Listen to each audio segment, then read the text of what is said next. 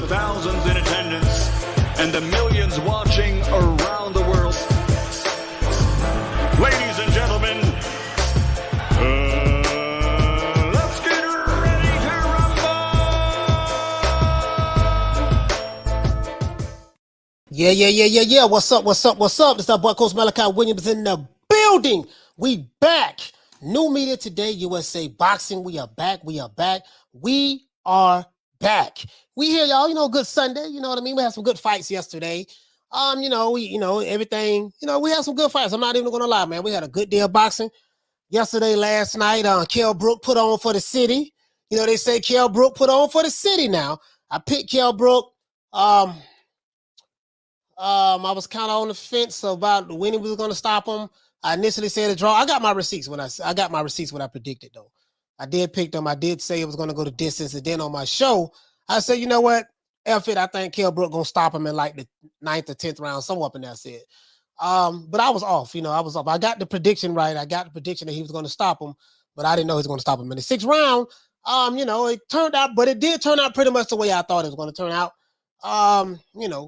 Amir Khan can't take no punch. So it is what it is. You know what I mean? But it was a damn good fight. So happy Sunday. Let's give everybody a round of applause.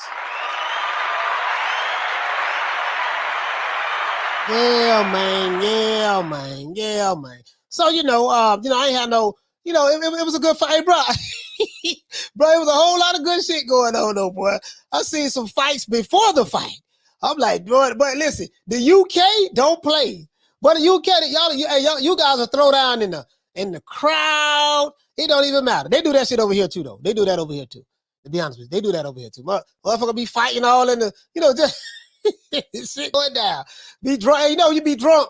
You swear you looking like when you be drunk. You swear you looking like Sugar Ray Robinson, prime Sugar Shane Mosley. You swear you looking like Lennox Lewis or. Tommy Hearns when you're drunk. They be fighting in the audience. Man, hey, in their mind, Julius Cesar Chavez, or Pernell Whitaker, in their mind, that's what they look like. But in reality, they look the totally opposite, bro. The totally opposite. You see what I'm saying? Really, though. Let's get into this. Let's give everybody a shout out, man. You know how I do it, man. Let me go ahead and do this, man. Shout out to my main man, Tony Boswell. Shout out to Troy Graham. Salute to AV Sounds. Shout out to George H. Shout out to Alex Corona.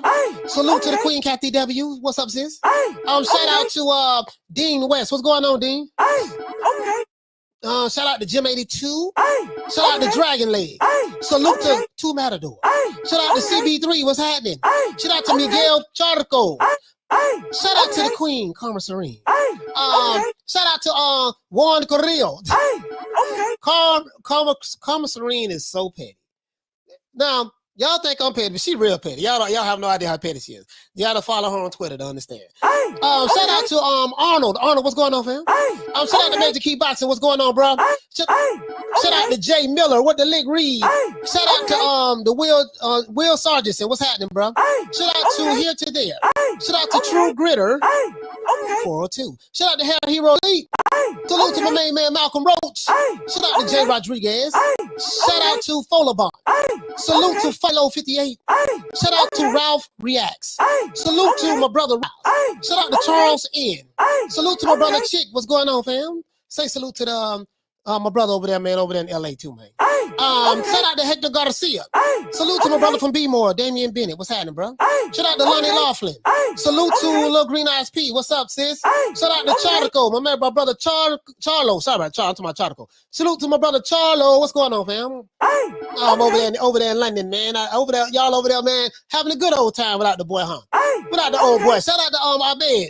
Shout out to Jack Guaratama. Salute to Knockdown 305. The 305, man. Born and raised in the county of Dade, huh? Shout out to Thomas Jones. Salute to Jason Dockery. Shout out to the Queen, Fistiana Fights. Shout out to the Queen, Miss Fit. Salute to my brother right here in the FLA with me. Retro Boxing and Documentaries. What's up, fam? My brother there. Shout out to Schoolo X-Man. Salute to my brother in the ATL, Mark Nash. Shout out to Rider of the Storm. Salute to Carl Hansen from down under. Salute to my brother Philip Fly over there in London, man. Shout out to Adrian Big 30. Salute to the Queen, Bless 365, who taught me that I was petty. Shout out to A. Sneed in the house. Shout out to Paul Evans. Salute to my brother Paul Evans. Shout out to Mr. Pads. Salute to the Queen, Arlette. Arlette, salute to Arlette, man. Hey, shout out to the Queen, Lisa Bells. Shout out to James Brown. Salute to my brother over there in the Big D, Detroit, Smith and West. And shout out to my main man, Jamie, over there in Punch Perfect Boxing.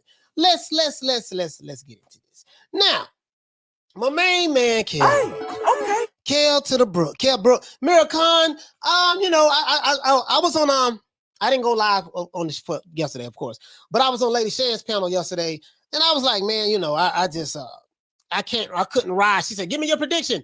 I said, I can't ride with Amir Khan. I don't care nothing about, because, Bud was in his camp, helping him prepare for Amir Khan, Kell Brook and Bo Mac training them. All that shit don't mean nothing. Yeah, I was like, man, I ain't damn all that. It ain't like Crawford fighting. It ain't, so damn all of that. I'm going with Kell Brook. I just couldn't see how Amir Khan was going to beat him. I don't see him knocking him out, nothing like that.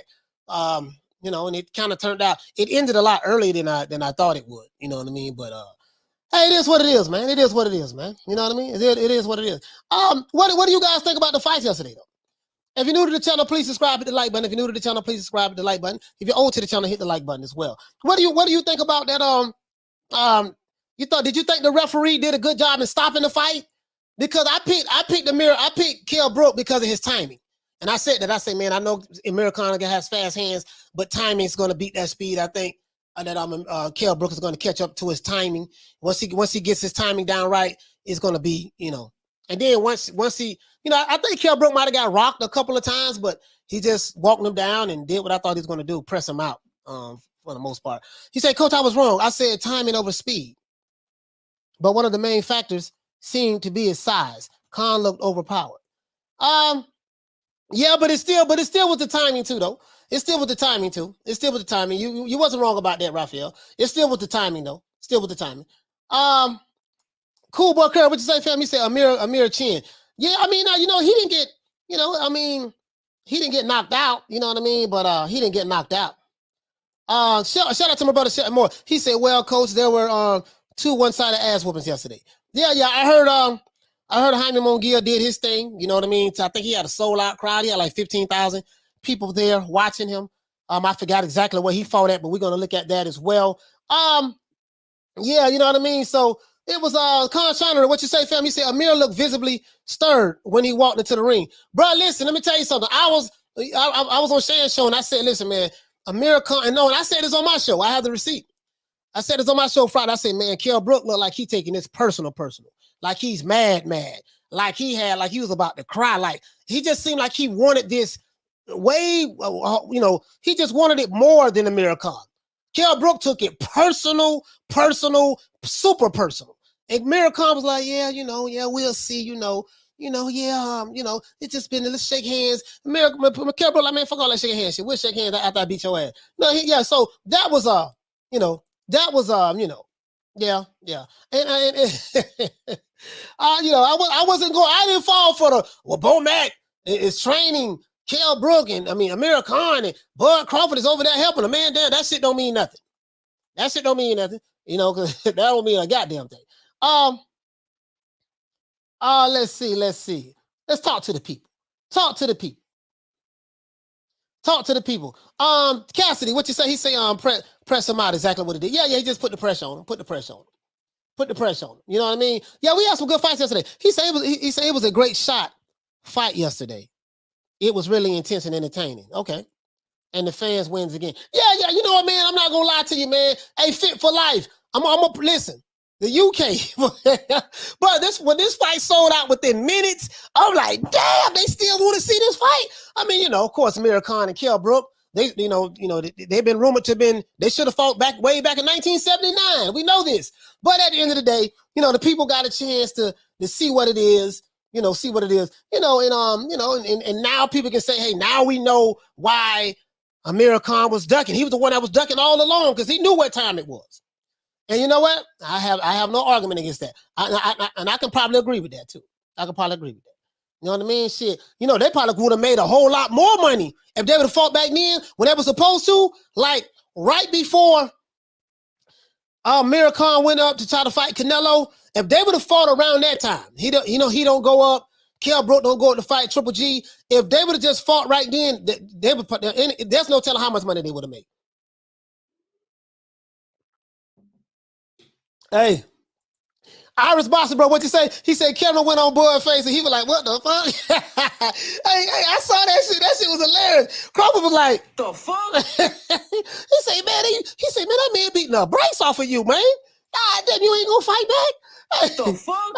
Hey, Bob was looking like him like, God damn, dog, like, this man is beating Bo Matt told me he was shot. Looked like goddamn Amir Khan was a shot fighter. Oh, boy. Shout out to Khan Shana, what you said? He said Brook look good, but he's still an old lion in the sport, not an old looking 35. Yeah. I don't listen, guys. I don't think Kell Brook is a world beater. He's gonna, he's way past his prime. If he get in the ring with any of the young lions, he's gonna get his ass beat. But I just think for Amir Khan, he was right there. Like, come on. For Amir Khan, I just thought he was just, too much. Khan Shana, what you say for Mugia is ready for the step up. Man, this man, listen. Check this shit out, dog. For all you Jaime Mugia fans. All you Jaime Mugia fans, right? At some point in time, I get it. You want to ride with him and all that stuff there. But at some point in time, you got to take the training wheels off. You got to admit, this dude, listen, this guy, it's time for him to fight for a championship. All this babysitting him, all this cherry picking, we got to call it like it is, right? Listen, all this cherry picking, his handlers is doing for him right now. Jaime Mugia, he didn't demand. He should fight for the WBO vacant belt now that Andrade is left. I'm pretty sure he'll want to fight for that belt now that Andrade is gone. So now that Andrade is gone, the guy who ain't nobody want to fight, now he should be able to fight for that belt, whatever. But he needs to be fighting other champions now. It is what it is, guys. I'm not gonna lighten up on this guy until he fights somebody else. You see what I'm saying? I'm tired. No more of this other shit. I don't want to hear this shit about, he's the greatest. No, I don't want to hear that shit. He need to fight some goddamn body. He's in the same fucking boat as Jamal Charlo at this point. But this ball been taking the easy matches. Fighting other balls. Far as I'm concerned. You see what I'm saying? You know what I mean? He did fight Gabe Rosado, though. That was a step-up fight. So let me ease up on him a little bit right there. He did fight Gabe Rosado. But what I'm saying is he should have been no fault for a championship right now. He should be fighting for a title right now. He should have fought for a title 3-4 fights ago. All right? But he should have fought for the title the last fight he had. And he should have been fighting for, not the one last night, but the one before that. He's ready, right? He's ready. All this shit, but we got to build. No, come on, man. The man got damn near 40 fights. 40 fights. This shit is ridiculous now. This shit is ridiculous. That's all I'm saying. Cool boy say he needs to fight Charlo. Exactly. But he's not going to fight Charlo. More than likely, he's going to fight for that vacant WBO belt. Now that Andrade has officially moved up, now he's going to fight for the belt. I'm willing to bet that's what's going to be their next move. Willing to bet that's it. He say real life living. What you say, fam? He say, Coach, Devin Power looks bad, seeing he couldn't knock out Linares like everyone else. I mean, shit, you ain't got to have a whole lot of power. Sugar Ray ain't have a lot of power. Floyd Mayweather didn't have a lot of power. They still were beating ass. Hell, my guy, Pernell Whitaker didn't really have no power, but hey, you know what I mean? Everybody's not a power puncher. That doesn't mean he's going to lose, or it doesn't mean he's going to win. You see what I'm saying? It's just that, well, he's winning so far, so evidently, that guy who has no power, he's winning. So, you got to take that into consideration, too. Shout out to Fit for Life. Hey, okay. For dropping that 179. Bam, pound on your boy. Hey, Leroy. Super chat received. Playtime's over, boy. He said it was a beautiful fight and a big win for the fans. Big win for the fans. That's all that matters. Big win for the fans. I don't believe in babysitting fighters. I come from an era where, they didn't babysit the fighters. There's no way in the hell, now unless he's being blackballed or whiteballed like Marvelous Marvin Hagler, where he had to have, this man had 50 fights before he even got a shot at the title. That's how bad it was for Marvelous Marvin Hagler. Unless he's in a situation like that, there's no reason why he should not have fought for a title right now, and there's no reason why he should not be fighting.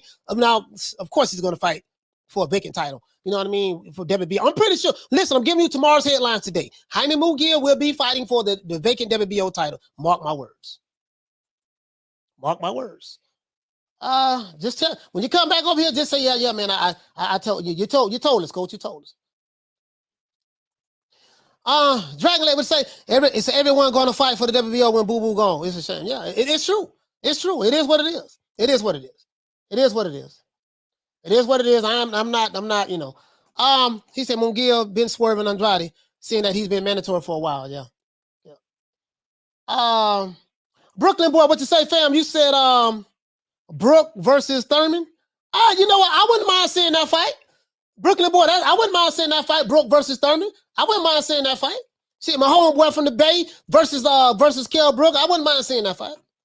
I would like to see how Kell Brook will get around those looping punches that Thurman be throwing, and then, you know, Thurman can't take it to the body, so I don't know. I wouldn't mind seeing that fight, though. I wouldn't mind seeing that fight. He said, I found myself getting Conor Ben and you Banks Jr. mixed up. Two caramel skin offsprings. Okay, all right. Let's see. What's going on? Let's see. He said Floyd punch like hell back in his pretty boy period. Yeah, now his pretty boy period, he used to hit your ass so many times. That destruction of Gotti was quite the moment. Yeah. See, they don't know pretty boy. These new booty Floyd Mayweather fans, they don't know pretty boy Floyd. And they don't know how many people he had to fight. He fought a lot of people, though. Floyd fought a lot of people. You know what I mean? Floyd fought a lot of people. Floyd fought a lot of people. That's what it's, you know, Floyd is, you know. Floyd Mayweather, man, he fought some off. And that's some people that he didn't fight, but every fighter that's going to be a fighter that you wish they would have fought that they didn't fight. You know what I mean? But for the most part, yeah. Real life living, what you say, fam? You say, coach, you see what Bill Haney said? They'll take what Loma will plus what they pay also for Cam. I mean, I saw that shit, but that was after the fact. I don't, you know what I mean? Just, bro, like with me, real life living, I'm gonna be honest with you, fam. This Bill Haney said this, Cam Boso said that, all this Twitter shit going back and forth, man. It's hard to know the real from the fake when it seems like both sides full of shit, and then there's things that's going on in the background that us as fans don't really know. No, we really don't know what's going on. So, Bill, it is what it is. You know what I mean? I don't know. I ain't picking no sides. I ain't team Haney. I ain't team a fucking Cambosos. Just who they gonna fight next. That's all I give a damn about. You know what I'm saying? So, yeah, man. Yeah, if you're new to the channel, please subscribe to the like button. Hey, let's look at some of this shit right here. Let's look at some of this. He says, Malcolm Rose. Oh, you're talking about Malcolm Rose. Let's look at some of this shit over here, man. So anyway, let's do this, man. Let's do this. Hold on. All right, guys. Kell Brook, Kell Brook destroys Amir Khan in devastating fashion with a 6-round TKO knockout, right? The electricity and excitement for this fight was off the charts. But that shit was packed. But it looked like that arena was standing room only. Standing room only. Like, that shit right there looked beautiful. Just everybody there to support two aging 35-year-old fighters that's way past their prime. They were supposed to fight way back in 1962, and it took them all the way to 2022 in order to finally get in the ring together. Ain't that some shit? Long time, long time, right? Now, Kell Brook showed his fans, who was the better fighter between his domestic rival, Amir Khan, right? Manchester Arena was sold out, and the crowd was rocking. Yes, it was. Kell Brook game plan was simple. Walk Amir Khan down and punish him. And that's exactly what he did. Amir Khan was also outclassed for 5+ rounds, right?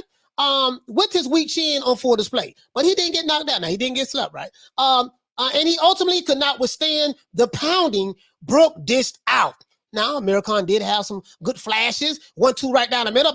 He hit him with a 1-2 a couple times. Looked like he rocked Kell Brook a little bit. That wobbled him a little bit. But then, Kell Brook say, hey, I got rocked a little bit. Let me just keep putting that pressure on him. He going to gas out. He going to get tired. I'm going to land. Once he start feeling my power, he going to go to shaking like booty meat. And we're going to break his ass down like a 57 Chevy. And that's exactly what he did. Kell Brook walked through Amir Khan's shots, and he ate them like a snack. That's exactly what he did, right? By the 5th round, Khan began to fade badly. Really before that. But he started to fade real bad in the 5th round. He started to fade real bad in the 5th round, right? You know what I mean? As Kell Brook started landing them 5th Ward Bs on him. felt, he started landing on Fifth Ward B's on him, and it looked like Amir Khan was having second thoughts over there in the corner listening to Bo Mack. Bo Mack couldn't give him the motivation he needed, and Bud couldn't fight for him, right? Khan continued to fight back, but he could not stop Kell Brook's momentum. Then, moments after the bell started, in round 6, guys, as you know, Brook buckled Khan's knees with a simple jab. Buckled him, right? With a simple jab. Then he followed it up with a nonstop onslaught that promoted referee Victor Loughlin to stop the fight. With 51 seconds in the first round, in that round, right? 51 seconds into the round, he ended up, stopping the fight, the referee. Now, after watching both men's performance last night, what I want to ask you guys in the chat is this. What do you guys think Amir Khan should do next? What do you think he should do next? What about Kell Brook? What do you think he should do next? Do you guys think that both men should continue to fight or retire? If you're new to the channel, please subscribe, hit the like button, and don't forget to, you want to join the membership. It's there. It's there for the taking, so you can join the membership, okay? It's pinned to the top. Now, what do you guys think about that? What do you think about that? What do you think? You think, me personally, I think Kell Brook should retire and ride out on a high note. That's the cherry on the top. But something tell me he's not going to do that. He probably going to want to come back for one more fight, not taking into consideration, hey, man, you look real good because you beat Amir Khan. There's somebody some tell me he ain't gonna retire. Some telling me they're gonna talk him right back into it to do it again. It happened to all the Sugar Ray Leonard, happened to all the greats. They keep coming back and want to milk the cow one more time.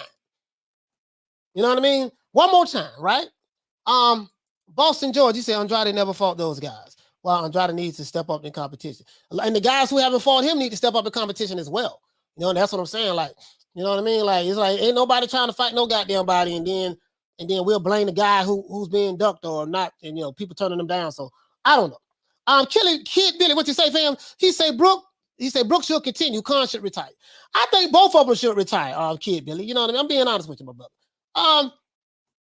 Carl Hansen said Amir should exercise his rematch clause. For what? He was robbed. That chin blocked everything. That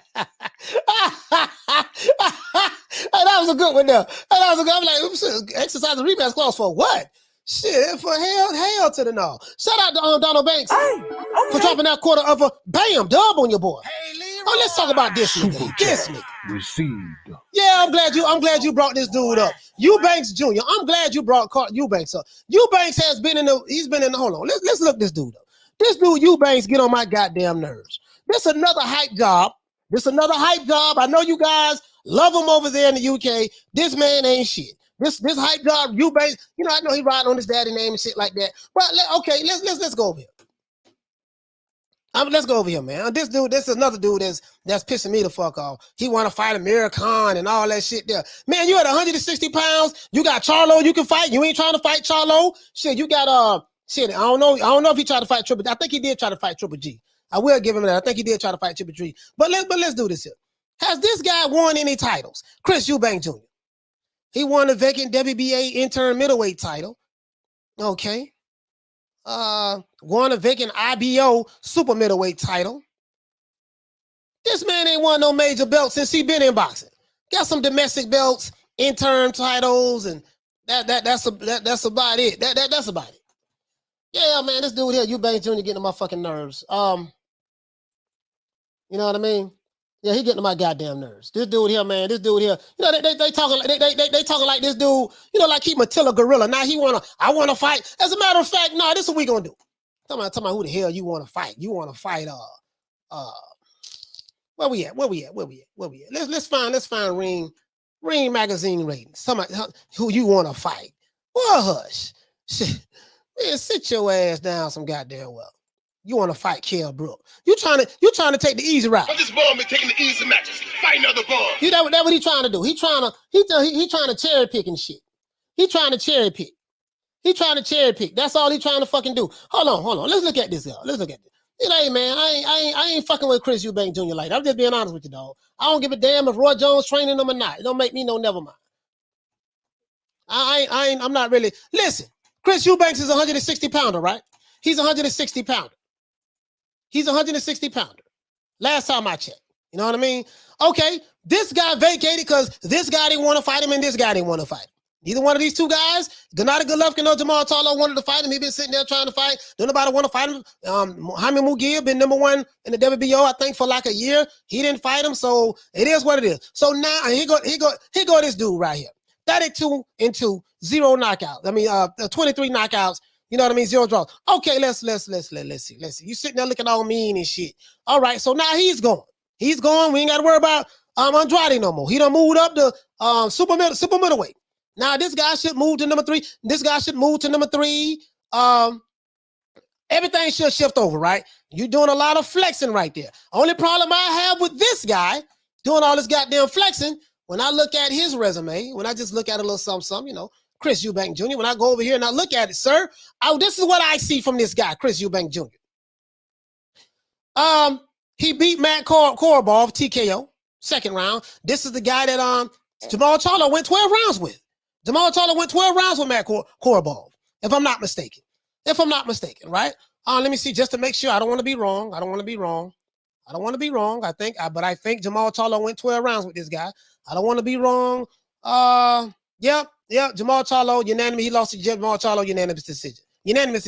Chris Eubank knocked him out. Okay, he stopped him. So what does that mean? Really don't mean nothing, but that's okay. Got some shit for you guys today, boy. I got some funny shit for you guys today. You see the lineup. I got your favorite YouTube channel, Key TV, right there and everything. I got some funny shit for you today, right? So now, let's see. Chris Eubank Jr., sir, you fought Matt Korobov. You started him in the second round.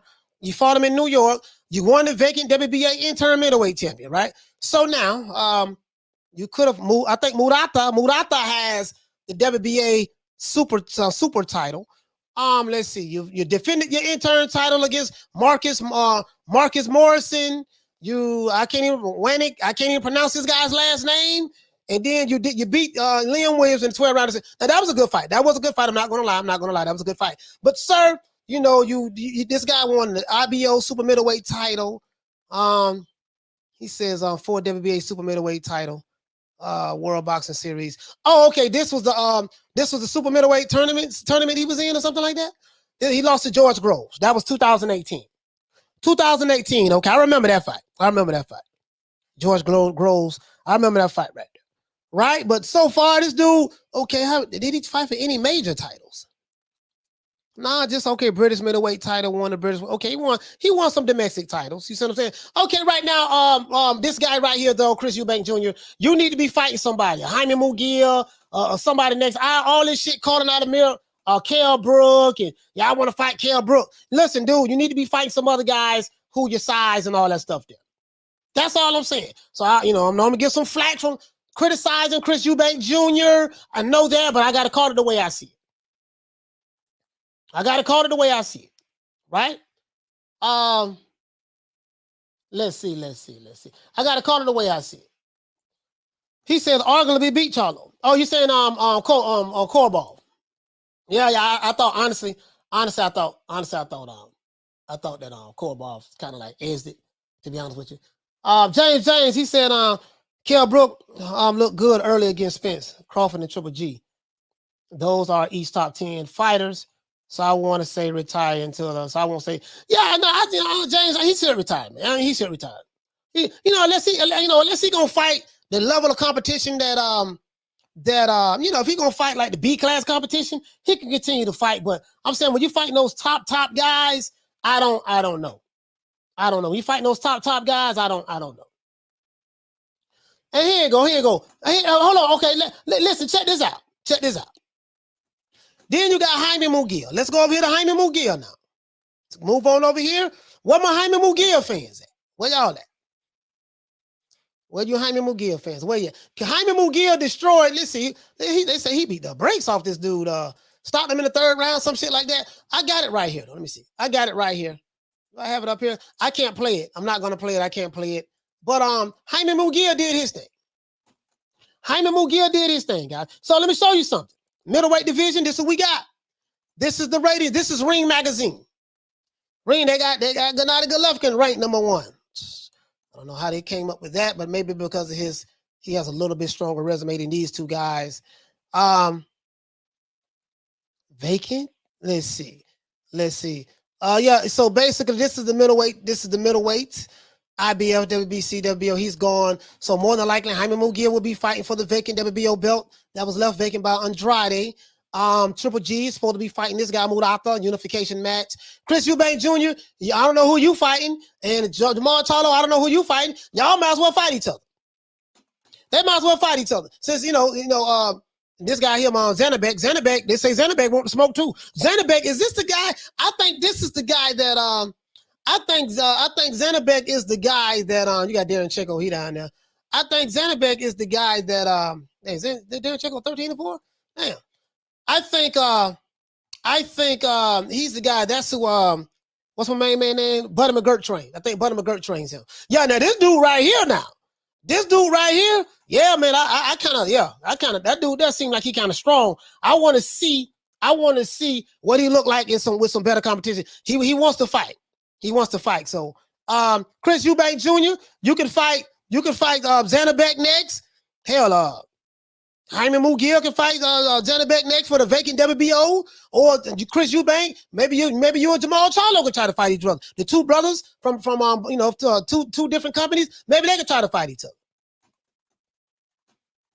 What y'all think about that?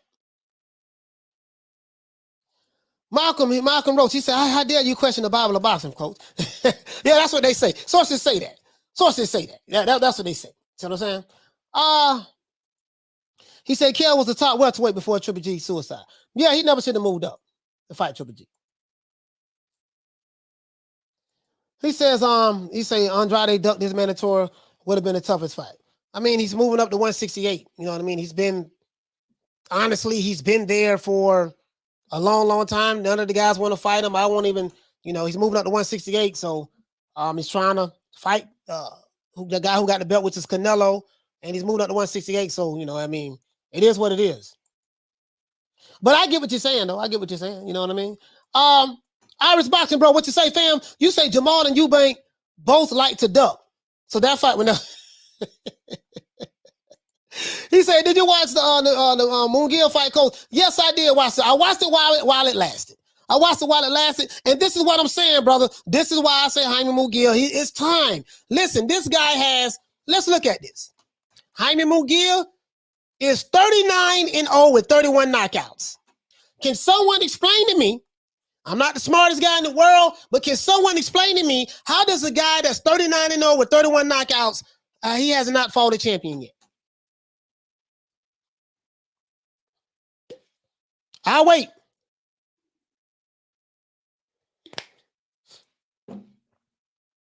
Waiting on the answer. Give me a good answer. We can't, you see what I'm saying? I'll wait. I'm trying to see anybody can tell me. Going once, going twice. If you're new to the channel, please subscribe to the like button. If you're new to the channel, please subscribe to the like button. You know what I mean? Yeah. You know what I mean? So yeah, I think, Janabek. Okay. Yeah. Okay. From what I'm hearing that, top ranking Golden Boy, they are now in discussions for Munguia to fight Janabek. Now, if that happens, that's what I'm talking about. You know what I mean? Now, sources say, I don't know if it's been confirmed. Yeah, it hasn't been confirmed yet, but sources say. But listen, again, Jaime Munguia can fight Janabek. Jaime Munguia can fight probably Chris Eubank. We know that Triple G and Murata is supposed to be tying it up together. Andrade has moved on. So you got this guy. So you got four at the top. Let's see. 1, 2, 3, 4, 5. So you got 1, 2, 3, 4, 5, 6. So you have 6 of the top. This is the top. This is the top 6 middleweights. According to Ring Magazine, Triple G is number 1, Jamal Charlo's number 2, Andrade moved on. Jaime Munguia should be number 3, Murata should be number 4. He's a WBA champion. Chris Eubank Jr. is number 5. Janabek number 6. Be number 6. Out of these 6 middleweights, this guy's supposed to be fighting this guy. All right. I don't know. This guy don't have a fight date yet that I know of. If they did, if PBC didn't put it up there. Remember, he moved up to 168. He's fixing to fight for an intern title or something like that at 168. Chris Eubank Jr., you calling out Kell Brook, sir. Why you not calling out any of these guys over here? Well, you can't worry about these two guys right here, but that's all I want to know. Somebody explain it to me. Somebody explain it to me. Make it make sense to me. Make it make sense to me. That's all I'm saying. Make it make sense. He said, Munguia had a boxing life at 154 and had a WBO strap. He's ready for the next step up. Yes, he is. That's my whole point. He's ready for the next step up. He's ready for the next step up. He's ready for the next step up. I'm talking about at 160. At 160, when is he, when is he, if the sources are true, again, you know how I am about sources say, but if the sources are true, that would be a good thing that if we can get Jaime Munguia and Johnny Beck to fight each other. I would love to see that fight. 39-0. 39-0. 39-0. So you say he beat Saddam Ali. Yeah. So 39-0. He beat him in it. That was at 154, right? Was that at 154? I think that was at 154. If you're new to the channel, please subscribe to the like button. We have over 200 people, less than 100 likes. Is that at 154? I think that was at 154, if I'm not mistaken. He says Munguia is a problem, but needs a big name to take him to the next level. Yes, he does. Yes, he does. He's ready. 39-0. 39-0. He's ready. That's it. He's ready. 39-0. That's all I'm saying. He's ready for the next. He's ready. So if we can get him and Jenna back, that'll be good. Chris Eubank Jr., stop calling out Kell Brook, sir. You need to be calling out. You need to be calling out Jenna Beck. You need to be calling out Jamal Charlo. Jamal Charlo ain't got nobody. He's sitting there shangling, right? He ain't got nobody. I don't think Jamal Charlo have anybody yet. I'm sorry? 160 is my weight division. I want to unify. I want to get Golovkin in the ring. I want to bring him to Houston. You know what I'm saying? I want to get Canelo out here to Houston. If they really to come down to 160, this is my weight division. Yeah, so I don't think he has any plans right now. So I think, Chris Eubank Jr., stop calling out. And I ain't trying to, trying to tell nobody what to do. But sir, stop calling out Kell Brook. You got some killers in your division that you can fight. You see what I'm saying? And when I go to look at, and as a matter of fact, I don't want to do this to the brother, but I have to. Let's see. When I go here and I look at Chris, let's see, sir. I get it. I know they love you. I know they love you in the UK. He said, Coach, did you sound by sources say yet? No, I ain't do that yet. You know what I mean? But you get what I'm saying though. Liam Williams, that was a good win. That was a damn good win. Damn good win, right? And after that, I don't know who this guy is. Marcus Morrison, I've heard of him. Let's see. You won the vacant WBA interim middleweight title. Now we know that the WBA champion is the brother over there in Japan, right? Murata. He's the champion over there, right? You stop Matt Korobov, the guy who Jamal Charlo went 12 rounds with in 2019. So you didn't fight none of 2020. So 2020, you didn't do shit. We didn't hear nothing from you. 2021, you fought, let's see. Who you fought, sir? 2021, you fought, who did he fight? He fought Marcus Morrison. But this ball been taking the easy matches, fighting other balls. He fought a guy named Wanik Abdijan. But this ball been taking the easy matches, fighting other balls. Okay, they fought Liam Williams. Now, Liam Williams was a good one because he beat him in his own backyard. So I give you credit for that, sir. I give you credit for that, but you're 32-2. Don't be calling out Kell Brook. You should be trying to fight. Listen, right now, the only thing should be on your mind is fighting for a title. Only thing should be on Jaime Munguia's mind is fighting for a title. That's it. All this step-up fight, this is going to be the step-up fight for the step-up fight. And yeah, we bringing them along nicely. You 40, 50 fights deep, and you ain't fought for a title yet in the middleweight division. No, that's unacceptable to me. Sir, you're talking about 154. I'm not talking about 154. I'm talking about at 160. At 160 pounds, that's what I'm talking about. I'm not talking about 154. Jamal Charlo fought champions and did shit at 154, but since he been at 160, he ain't did nothing. He ain't fought nobody. You know what I mean? So he fought, he did fight Derenchenko. He fought Derenchenko, but I don't even think Derenchenko have 15 fights yet. I'm not mistaken. Could be wrong. Salute to the Queen Arlette. Salute to the Queen Arlette. Hey, okay. You know what I mean? That's all I'm saying.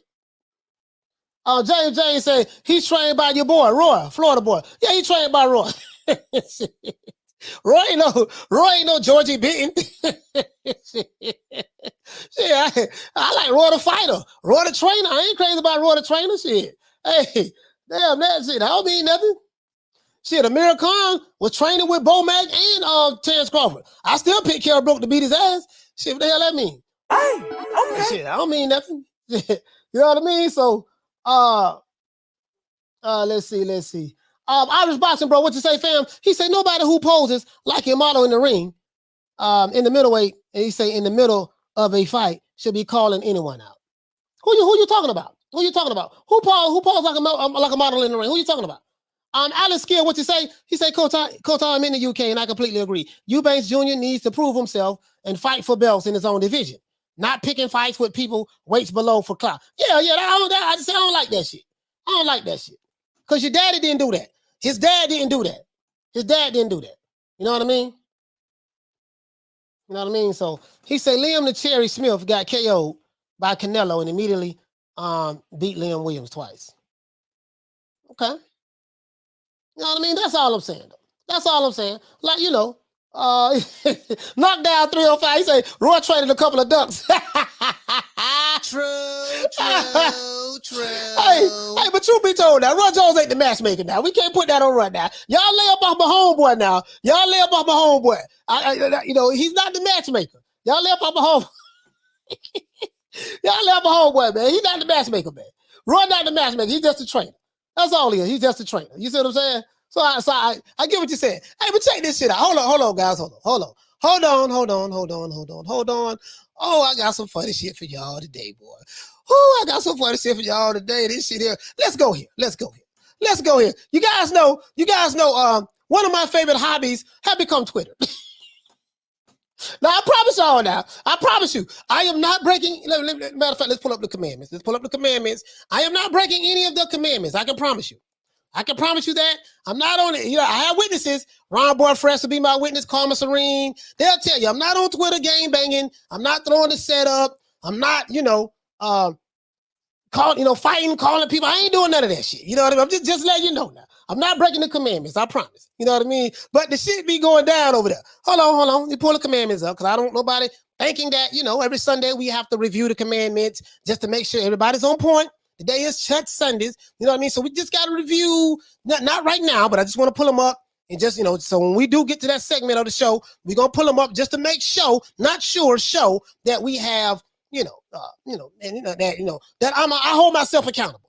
I promise you guys, when I'm not in front of you guys on camera, I do hold myself accountable. You know what I mean? I do not break any of the commandments. You know what I mean? And I go over them at least 3 times a week just to make sure that I'm on point. Let's see. Hold on, guys. Let me try to pull this up. You know what I'm going to have to do? I'm going to have to do this again. I'm going to have to load it up again. Guys. Hold on. Come on, man. Oh, there we go. All right. Goddamn. Woo. All right, guys. Hold on now. Let's go over here. Let's go see my dog. Leonard. Now, this is, Canelo has been doing a whole lot of clowning lately. You know what I mean? Not gonna lie. Hold on. Slim Reaper, what he say? He say not as Coach Malachi anyways, bro. Anyway, check this out. Hey, DC Nardado, what's going on, fam? DC Nardado in the building. What's happening, bro? Let's see. He said Eubanks Sr. was a brilliant fighter. Yes, Eubanks Sr. was a brilliant fighter. Absolutely. He didn't dunk anyone. No, he didn't. He took on the big fights when they were there. Yes, he did. He has some trash on his record too, though. Yeah, he do. Every fighter got some trash on their record, to be honest with you. All of them do. There's not a fighter in boxing, whether it's Julio Cesar Chavez, Oscar De La Hoya, Pernell Whitaker, Muhammad Ali, Salvador Sanchez. Every fighter got some trash on their resume. I mean, it ain't, if you got a fighter that's 50-0, or not 50-0, but have 50-something fights, he ain't fight all 50-something killers. You know what I mean? Everybody have a little light touch or two every now and then. You see what I'm saying? That happens.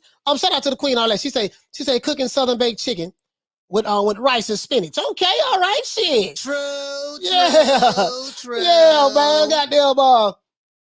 He say, Danny, what you say, fam? He say Ward had the easiest route in the super tournament, and only has 2 significant wins, in my opinion. But he was an excellent fighter, but he's far from great. Just one of those good boxers who did enough. Hey, he in the Hall of. They put him in the Hall of Fame too, man.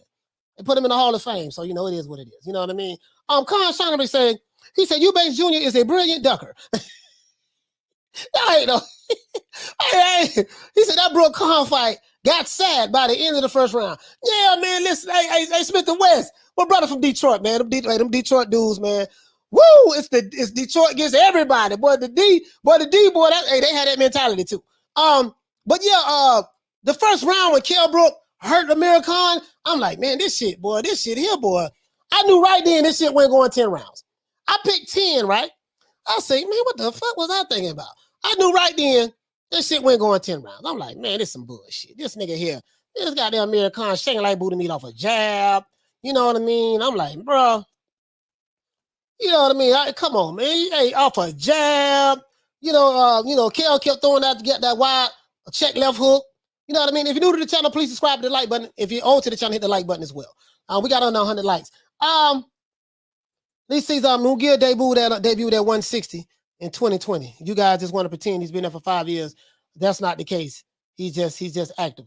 All right, well, however you want to take it. Munguia been there since 2020.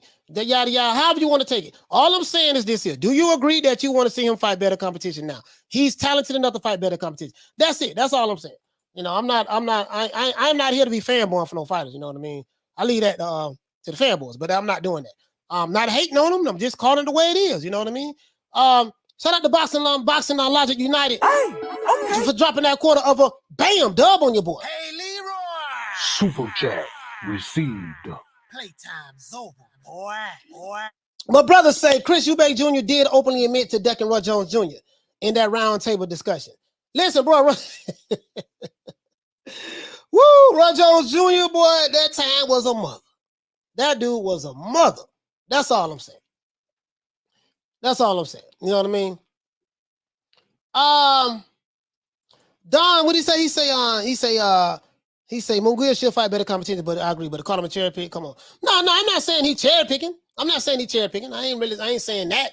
You know what I mean? I'm just saying this time he has been fighting really good step up fights. I wouldn't say that Munguia's cherry picking. I would say that his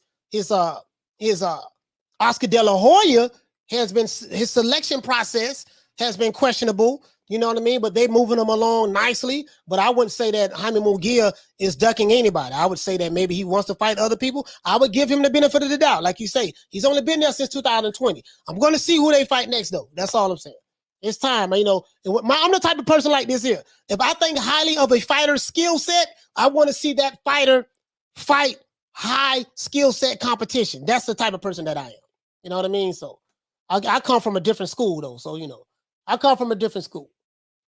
He says Munguia definitely needs to step up competition like Andrade. Shit, Andrade got to move up. Shit. Andrade got to move up. Seems like he couldn't get no fights at 160. To be honest with you, I don't even know how Andrade being with DAZN, how did that benefit? Him being with 800, how did that benefit him? He couldn't get no goddamn fights. He got paid, but I don't know how much he got paid. I don't. But I mean, allegedly, I'm hearing he got paid, but he couldn't get him no damn fights. He couldn't get no Charlo fight. He couldn't get no Triple G fight. He couldn't get, Jaime Munguia. He can't get that fight because Jaime Munguia only been there a couple years. So I'm like, bro, what was the point? What was the point? So we'll see. We'll see how that work out. We'll see how that work out. You know what I mean? Akon, what you say, fam? He said, Amir Khan said to Brook, with the hair on my chinny chin chin. And Brooke said, with these chocolate brownies. Hey, man. All I'm saying, what you say, knock down 3 fights, say 39 fights, no more training wheels, time to get it. That's all I'm saying. 39 fights, it's time. It's time now. That's all I'm saying, bro. That's all I'm saying. It's time. If anybody, somebody should be able to agree with that. Passion, what you say, Passion? What kind of injury did Castaño suffer? I don't know. They said he had a bicep injury. That's what sources say. I have no confirmation on that, but allegedly they have postponed this fight. Not allegedly, they postponed this fight. Does he have a real injury? I have no idea. All I know, what's being reported from the sources say crowd that, he pulled out the fight. They had to reschedule it for later on in April. So this right here is Hold on, this is right here. Can I let Adrian know so? Hold on, let's see what's up. Let's go here. Let's go here. Let's go here, guys. Let's go here. Is this mine? This is me. See, I love to see this. This here, guys, last night. This right here, let me turn the volume down because I don't want to. Well, this what was posted on Twitter. This what was posted on Twitter. Last night. Hold on, guys. You say, notice they want to finally fight for the WBO now that Andrade has moved up. Yeah, I noticed that. I noticed that. Here you go. This place was packed. You got Kell Brook coming in, you know what I mean? Like, bro, the electricity in the air. You know what I mean? So, you know, that place was packed, bro. That place was packed last night. Bro. The electricity in the air. The twicity that was in the air last night, bro. That place was packed. I wonder, was that a pro Amir Khan crowd? What the dude in the UK, Halim, was that a pro Amir Khan crowd last night? Was that a pro Amir Khan crowd? That's what I want to know. What is that? He say Tim Tszyu is Charlo's replacement. Castano has been replaced on same date. Checks it. Okay, let me check it and see. Was that a pro? Okay. Halim, you said yes. A pro Amir Khan crowd. Okay. All right, shit, you know. Smith and West, what you say, fam? He said, I can't blame Eddie for Andrade like I can't blame Aaron for Crawford. Eddie offered Charlo $7 million. He said, call Al. You know what? You make a valid point right there, Smith and West. $7 million, and he said, call Al. Like, you know, you make a valid point right there, bro. Make a valid point. Ellaby, what do you say? Ellaby, he say, we put butts in seats.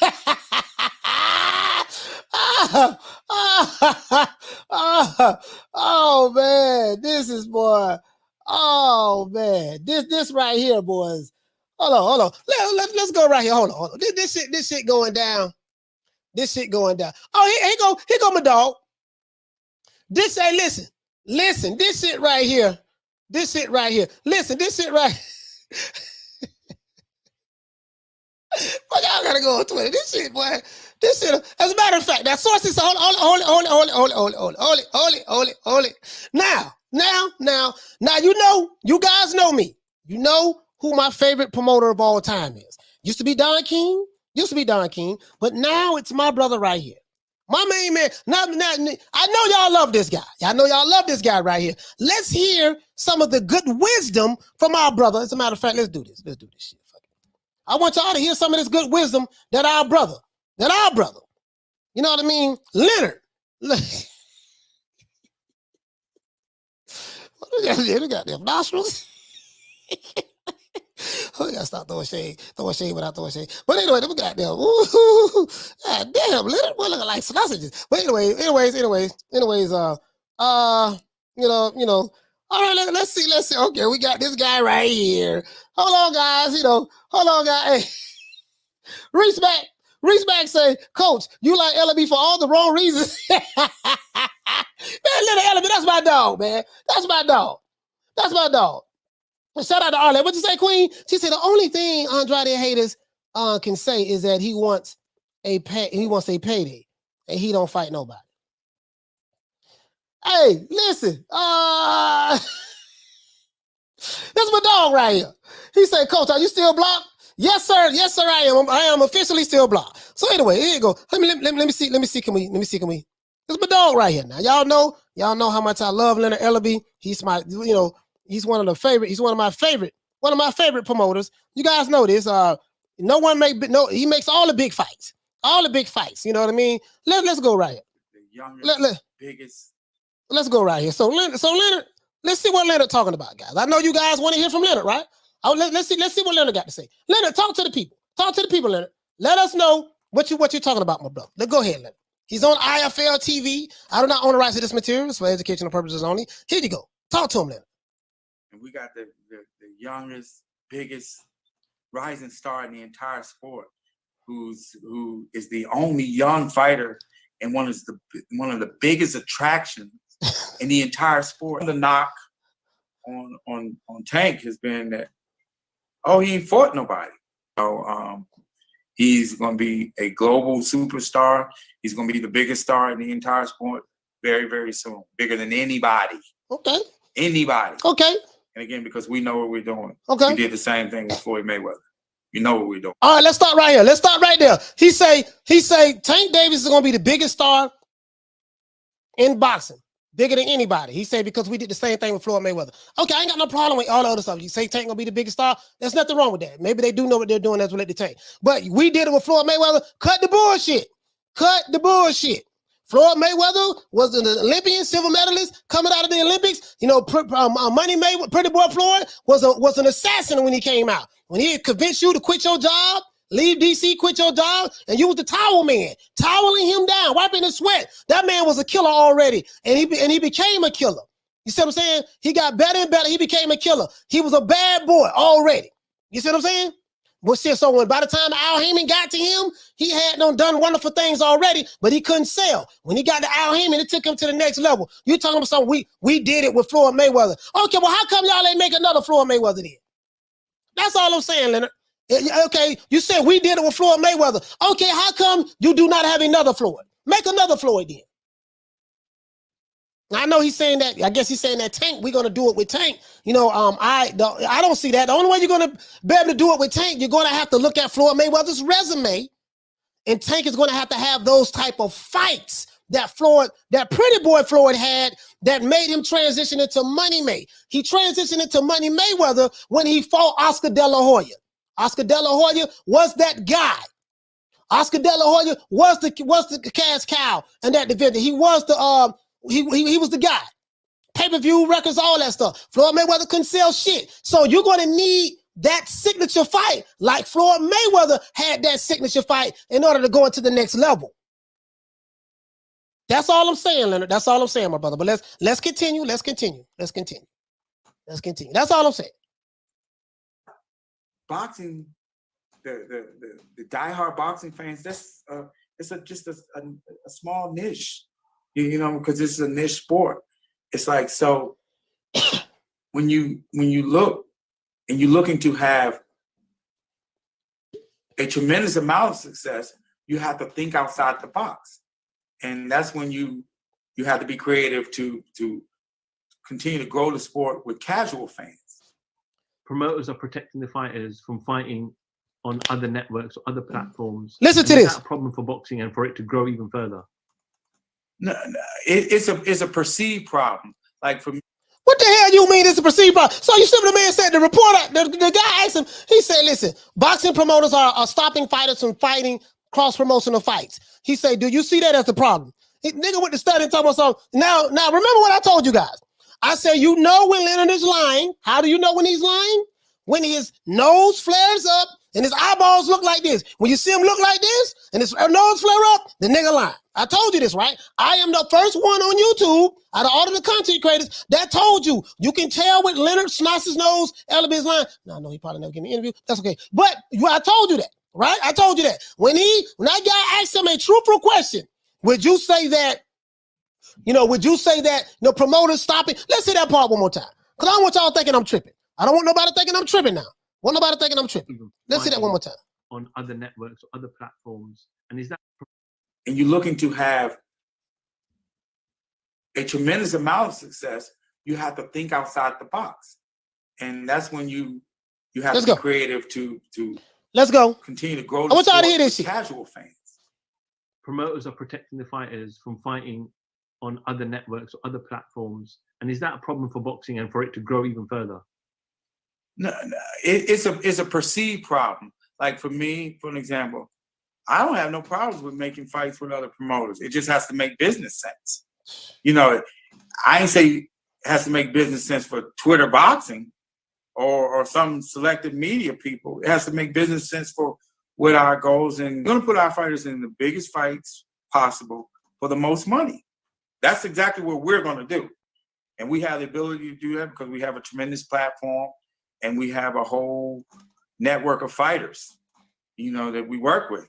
So again, we have a bunch of stars All right. Let's stop right there. Let's stop right there, Lenny. You said a whole lot of shit right there, boy.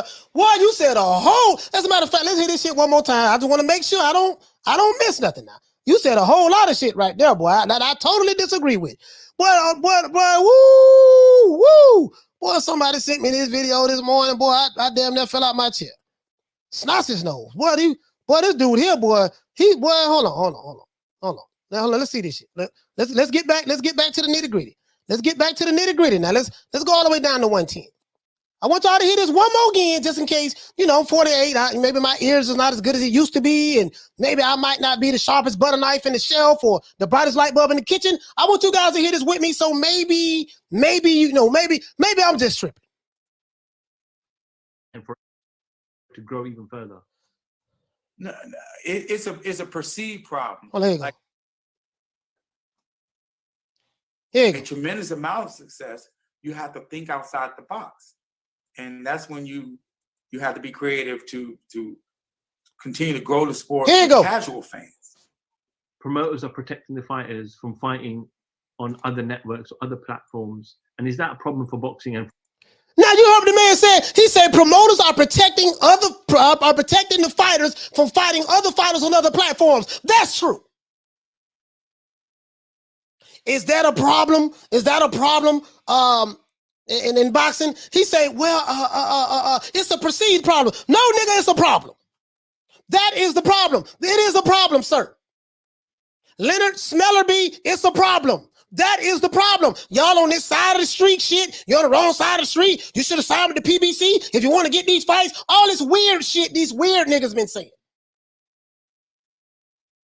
And you are doing that exact same shit. You, Bob Arum, all the promoters are doing it. Al Heyman, Bob Arum, all of y'all doing it. De La Hoya, all of y'all are doing it. All of y'all are doing it. To be fair, PBC doing it, Top Rank doing it, and Golden Boy's doing it. Facts. So it ain't just a PBC thing. This is all of the promoters are doing the same shit. They don't want their fighters, and that's the goddamn problem. Let's continue. So let's stop that right there. Because we can at least agree on that. He said, prime example, if Ruiz was an earner, they would have let him fight. They wouldn't have let him fight AJ. Remember, AJ tried to fight Ortiz and Kalinaki first. They turned it down. Yeah, the boogeyman under the division. Everybody's so scared of this nigga, but he don't duck everybody in the heavyweight division. Really though. Let's stop right there. You see what I'm saying though? So let's continue. Let's continue, guys. Cause this shit that Leonard Lyon already. Leonard Lyon Ellerby. You know what I mean? Now I wonder what I get it with. Leonard Lyon Ellerby now. He's he in house. He in house. I see Eddie Hearn is trying to talk to this big nose bastard. Yeah, Eddie trying. They don't want to do no business with Eddie. That's all that is. The people who don't like Eddie Hearn, they won't admit that. So let's play this shit one more again. We're at the 110 mark. Okay, 110 mark. I want to sync it real good. 1, 2, 3, go. Grow even further. No, it's a perceived problem. Continue to grow the sport with casual fans. Promoters are protecting the fighters from fighting on other networks or other platforms. And is that a problem for boxing and for it to grow even further? No, it's a perceived problem. Like for me, for an example, I don't have no problems with making fights with other promoters. It just has to make business sense. Boy, hush. I ain't say it has to make business sense for Twitter boxing or some selected media people. It has to make business sense for with our goals, and we're going to put our fighters in the biggest fights possible for the most money. That's exactly what we're going to do. And we have the ability to do that because we have a tremendous platform and we have a whole network of fighters, that we work with. So again, we have a bunch of stars and we're going to continue to put our guys in big fights for the most money that we possibly can. Boy, hold on. Let's start right there. He said we got a bunch of big stars. Who are the big stars over there, sir? Someone help me. I'm not the smartest light bulb in the kitchen, in the ceiling. I'm not the sharpest butter knife in the shelf. Who you said we have a lot of stars. Who are the stars? What stars you have, sir? I'll wait. Outside of Tank Davis, who do you have? You know, I'm looking around. You know, I'm listening. Can somebody tell me something? Somebody tell me something. You said we have a lot of stars. We're talking about Tank Davis fighting in the lightweight division. And other like, who are the stars, sir? Please, who are the stars? You said we have a lot of stars out of the 250 fighters that you guys have. Well, I ain't gonna say him, because PB, I don't know. You know what? To be fair, is he talking about? Maybe he's talking about Mayweather Promotions. If he's talking about Mayweather Promotions, they ain't got no goddamn stars. I can tell you that right now. You know, and then if you're talking about the PBC, shit, they ain't got but like 2-3 stars over there. Wilder is retiring, so we ain't got to worry about Wilder's gone. That was the biggest star. You got Errol Spence. If you want to call the Charlo stars, I don't know what to say. Because those guys ain't selling shit neither. They can't sell a hot dog. They can't sell at a hot dog stand. So if you, and I like Jamel Tallo. Jamel Tallo's my guy. I rock with Jamel Tallo. But I'm just saying, so are they considered stars? We know Keith Thurman, he from my city. He ain't no star no more. That shit over with. You know, cut the ponytail, that's over with. So we know he ain't no goddamn star. Caleb Plant wasn't no goddamn star. He's famously known for getting beat, getting stopped, knocked out by Canelo. So maybe, you know what? Caleb Plant might be the biggest star over there now. If you're talking about the PBC. But all this other shit, we got a lot of stars where? And you definitely ain't got no lot of stars in the lightweight division, because that's the division that Tank Davis fights in. And Mayweather Promotions, who they got over there? What stars he talking about? Will, what you say? He said, what about Rolly, coach? I'm just saying, I'm saying like, when he said we got a lot of stars, where? Am I missing something? What you got? Arlette, what you say? She said Keith Urban is a star. Ain't nothing wrong with that. Look at Arlette. Look at Arlette. Oh, hey, Arlette over there. Okay, all right, Arlette. Okay, all right. Okay, all right. All right, listen, okay, Arlette, she got a sweet on the old boy Keith Urban, so we got, you know, we gonna lay up off my homeboy. But you get what I'm saying, though. Now, Keith Thurman was a star at that time, you know what I mean? But, you know, he took 2.5 years off, stuff like that. But I'm just saying, though. Like, who they got? Like, who is the stars? Jay Leon, he told me Jay Leon. He said we got a lot of stars. Boy, hush. Where? And we're self-contained. We're self-contained. So yeah, we know you're self-contained. You fighting all in-house fights. We know that. We listen, bro. This interview was comical at best. I'm willing to work with other promoters. It just got to make sense. You don't work with no other goddamn promoters. But this ball been taking the easy matches, fighting other balls. Y'all cut that shit out. How you gonna say we willing to work with other? Listen, hold on. This how you know there's some bullshit. How you gonna say we willing to work with other promoters in one breath when Floyd Mayweather specifically said we do not believe? I don't believe in making another promoter rich. We have a plethora of fighters that Tank Davis can fight over here with Mayweather Promotions and the PBC. Mayweather Promotions, we're like one big happy family. So we have a plethora of fighters that Tank Davis can fight. I don't believe in making another promoter rich. Remember that? So how you gonna say in one breath that goddamn we willing to work with any promoter in one breath when the boss, your boss, the nigga who cut your check specifically said that we do not work with other promotional companies. We would keep everything in-house. Make that make sense to me? Again, guys, I got a GED, not the brightest light bulb in the kitchen. So please, somebody help me. Somebody help me, please. Lisa, somebody help me, please. Please help me, please. You know, somebody, maybe I'm kind of slow. He said we self-contained. Self-contained is another word for ducking, cherry picking, and we only fighting in-house fights. That's what that means. I'm saying to me, that's what that means. You know what I mean? I don't know about nobody else, but when I hear, yeah, we self-contained. Self-contained means translation. We only gonna fight in-house fights. We ducking and we cherry picking. But this ball been taking the easy matches, fighting other balls. If you're only gonna fight in-house fights and you're not willing to work with the other promoters, there's no way that you're gonna be putting your fighter in the best position to fight the biggest fights. How? Where? The biggest fights are with other promotional companies. You ain't got nothing over there. You ain't got nothing over there at the PBC or in Mayweather Promotions that's gonna give you a big fight with Tank Davis. Come on, man, cut it, man. This man, listen, man, this goddamn boy. I'm just saying, bro. Like Tank, not Tank. Leonard Ella be full of shit. Leonard is full of shit.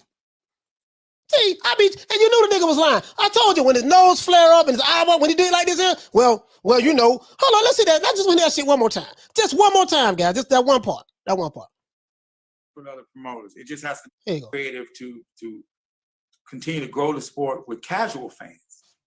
Promoters are protecting the fighters from fighting on other networks or other platforms, and is that a problem for boxing and for it to grow even further?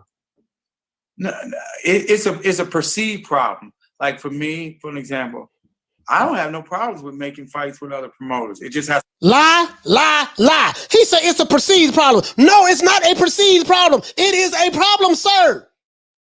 Listen, let me show you how he right. We're finna show you how he contradict himself. Check this out. Let me show you how he contradict himself. Hold on. to make business sense. You know, I ain't say it has to make business sense for Twitter boxing or some selected media people. It has to make business sense for what our goals, and we're gonna put our fighters in the biggest fights possible for the most money. That's exactly what we're gonna do. And we have the ability to do that because we have a tremendous platform and we have a whole network of fighters. So if you're gonna put your fighter in the best position to fight the biggest fights for the most money, how are you gonna do that, sir? Fighting anybody that's on the PBC roster or the Mayweather Promotions roster? That's all I'm saying. No, I'm just saying, like, the shit as a matter of fact, hold on. I got something to bust his ass right here. Remember now, he said now that, hold on. We finna bust his ass right here, guys. Hold on, we finna bust his ass right here. I got you. But be patient with me. Finna bust his ass right here. Finna bust Leonard's ass right here, and then we gonna move on. When you look and you're looking to have a tremendous amount of success, you have to think outside the box. And that's when you have to be creative to continue to grow the sport with casual fans. Oh, what the fuck is you talking about? You gotta, think outside the box. We gotta continue to grow the sport with casual fans. No. There's no thinking outside the box. Thinking outside the box is, we change our policy. We will allow our fighters to lead a witness protection program and fight other great fighters with different promotional companies. We will be working with other promotional companies in order to, put on these magnified fight. So when you say we know what we doing because we did it the Floyd Mayweather way. No, don't even bring that Floyd shit up. You ain't have shit to do with Floyd being great. Floyd was with Bob Arum. No matter how much I don't like Bob Arum, you know what I mean? I don't like him my goddamn self, but Floyd was with Bob Arum. He got built through Bob Arum, through Top Rank. Facts. No matter how much I don't like Bob, I cannot take that away from him. He was built up through Bob Arum, through Top Rank. You was just there holding the goddamn towel, wiping the sweat from a nigga nut sacks. That's all you was doing, sir. Pouring water in his mouth. That's what you was doing, sir. Facts. So all this shit about, you did it. We did it with Floyd Mayweather. No, you ain't do shit. When by the time Al Heyman got to Floyd Mayweather, goddamn it, he was ready. When he fought Oscar De La Hoya, the Mexican American, and when he beat him in a split decision, that's when he took off. Facts. That's when he became the cash cow, pound for pound star. He had to have a signature fight. Oscar De La Hoya, that was a signature fight. I told you guys, that was a legacy defining fight. In order for fighters to go to the next stratosphere, that's why I say I kind of feel bad for Haney. I hope he still get the fight. Fighters need to have legacy-defining fights. All this shit, man, we did it. You ain't doing a goddamn thing. You was wiping sweat from a nigga forehead, pouring water in the mouth. That's what you was doing. Come on, man. This is as Devin Haney would say, that's cap. That's cap. Hold on. But this is why I bust his ass at right here, though. We got the youngest, biggest rising star in the entire sport, who is the only young fighter. Hold on, let's go back. I want you guys to see this now. I want you to hear this. This is why I bust his ass at. Now you can't sit back and say one note, hey, we're looking to make the biggest, best fights and all of this stuff there. But he's going to acknowledge what the problem is. Check this out. He's going to acknowledge what the problem is. When you say it's a perceived problem, no, it's not a perceived problem. You know it's not a perceived problem. Watch this, guys. Listen to this. Listen to this.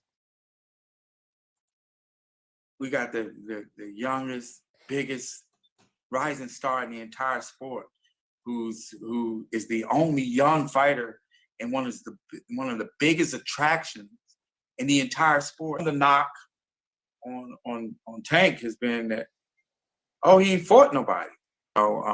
You heard what he said? He said the only knock on Tank has been, oh, he ain't fought nobody. So now, hold on. Now, he admit the only knock on Tank has been, oh, he hasn't fought anybody in one breath. But then when the reporter asks him that the people are complaining about, you know, promoters not willing to have their fighters fight other fighters with different promotional companies. Do you feel that that is the problem? And then he come back and say it's a perceived problem. No, sir. You can't say it's a perceived problem in one breath while acknowledging the knock that's on Tank Davis is that he ain't fighting nobody. Which one it is, sir?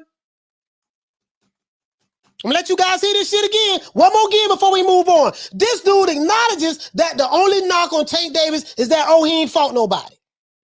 But then he says that them not willing to allow their fighters to fight other fighters on different promotional companies, he's saying it's a perceived problem. Sir, it is the problem. Your pay-per-view numbers, your last pay-per-view, listen, the PBC last 3 pay-per-view numbers is a reflection of that's the problem. Can't have it both ways. You can't have it both ways.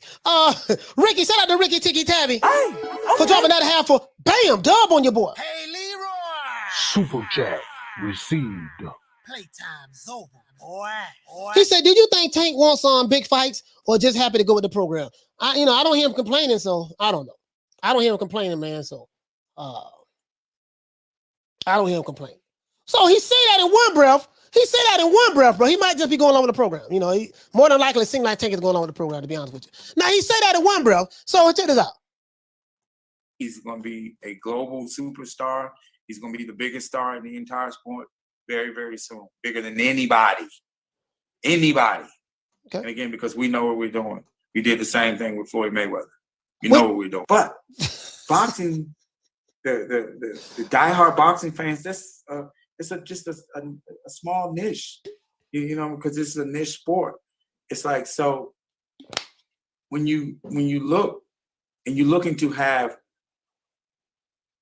a tremendous amount of success, you have to think outside the box. And that's when you have to be creative to continue to grow the sport with casual fans. This niggas are protecting the fighters from fighting on other networks or other platforms. And is that a problem for boxing and for it to grow even further? No, it's a perceived problem. Like for me, for an example, I don't have no problems with making fights with other promoters. It just has to make business sense. This nigga here, man. You know, I ain't say it has to make business sense for Twitter boxing or some selected media people. It has to make business sense for what our goals, and we're gonna put our fighters in the biggest fights possible for the most money. That's exactly what we're gonna do. And we have the ability to do that because we have. So let's stop right there. We ain't got to hear no more from this bullshit. We're going to put our fighters in the biggest fights for the most money possible. You're telling me that Tank fighting Rolly Romero is the biggest fight for the most money possible fight. Isaac Cruz was a late replacement. And this ain't no knock on Tank. I'm calling out this bullshit that Lennon Eller be talking about. Your CEO of Mayweather Promotions specifically said, we only are going to fight in-house fights. I have the receipt. I can play the clip. His team will handle that. You can't say that you do not believe in making another promoter rich, meaning that you would not work with another promoter. And then your answer to the question that the reporter gave you, it seems that promoters are protecting their fighters from fighting other fighters on different promotional companies. Do you see that as a perceived problem? That was a direct question. He said, that's a perceived problem. And you said that's a perceived problem later on in the interview while acknowledging that the only knock on Tank is he doesn't fight anybody. Make it make sense to me, y'all, everybody. Please make it make sense to me. Please make it make sense to me. How you going to say on one breath that the only knock on Tank is that he doesn't fight anybody, and then in the next breath say that, hey, promoters protecting fighters by not allowing them to fight other fighters on different platforms, is different promotional companies? Is that a problem? While saying it's a perceived problem? Perceived by whom, sir? Perceived by whom? Cocaine is a hell of a drug. Perceived by whom, sir? And as a matter of fact, you said we got a whole lot of stars. We did it with Floyd Mayweather. You ain't do shit with Floyd Mayweather. How you gonna just take credit from Bob Arum? I ain't dick riding Bob Arum, but I'm just saying, dog, let's be real. Come on, man. Yeah, they need to cut this shit out, bro. This is cap. This is, as the young kids would say, that's cap. That's cap. That's cap. This is cap. So let's continue. Where am I going at with this? Where are we going at with this, guys? I'm going to tell you what we're going at right now. So this is Leonard Ellaby. Now this is Leonard Ellaby right here. You know, that's all I'm saying. Hector says Rollies trolls are legendary. Yeah, he is. He trolling now. He trolling hard. That's all I'm saying, dog. That's all I'm saying. This dude right here, VA Money, say jokes about a black man's nose. How original. Okay, all right. Oh, VA Money, my brother.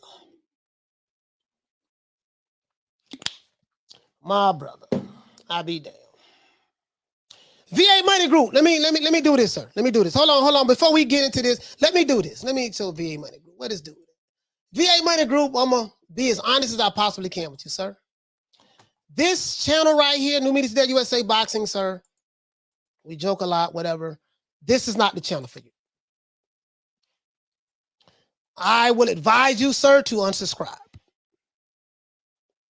You all right? I know you're 6'2", 240. You know, you got shooters. You're going to put hands on people. I get all of that, sir. I understand all of that shit. But this is not the channel for you. Honestly, all real nigga shit. Real nigga shit, as we say in Florida. One of the 16 commandments, sir, is this. Thou shalt not deride for a promotional company or a promoter. Sir, you are a serial derider for the PBC. You admitted it yourself. You're pro PBC. And that is a violation of, that's violation of the second commandment, sir. Now, whether you like a fighter or not, for whatever reason, that's fine. Ain't nothing wrong with that. But when you don't like a fighter because they signed with the wrong promotional company, sir, and you say that I'm pro PBC, now I wanted to check you on this the other day when you called in. But this is probably not the channel for you, sir. All due respect. You probably need to go to one of those other channels. To be honest with you, you probably want to go to one of those other channels. I get it. I understand. So I get it. I understand. But this is, I think this is a toxic relationship at this point. You come over here to get offended because you hear a lot of stuff that you don't like. I think this is a toxic relationship, and it's time to walk away. All due respect, sir, it's a toxic relationship for you and the content, and you probably need to walk away. That's what you probably need to do. Unsubscribe and leave. Okay? Let's see.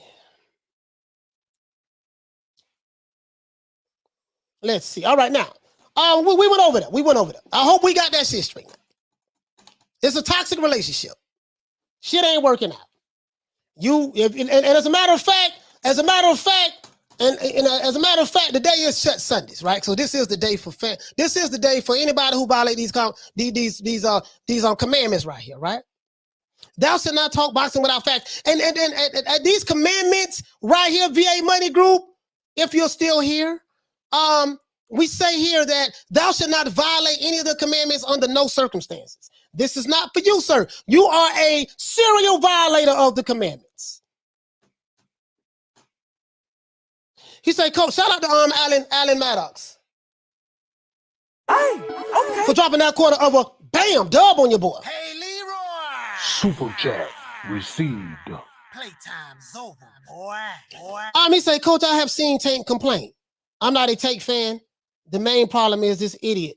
The rest of the PBC. Loma offered Tank a fight years ago. PBC the problem.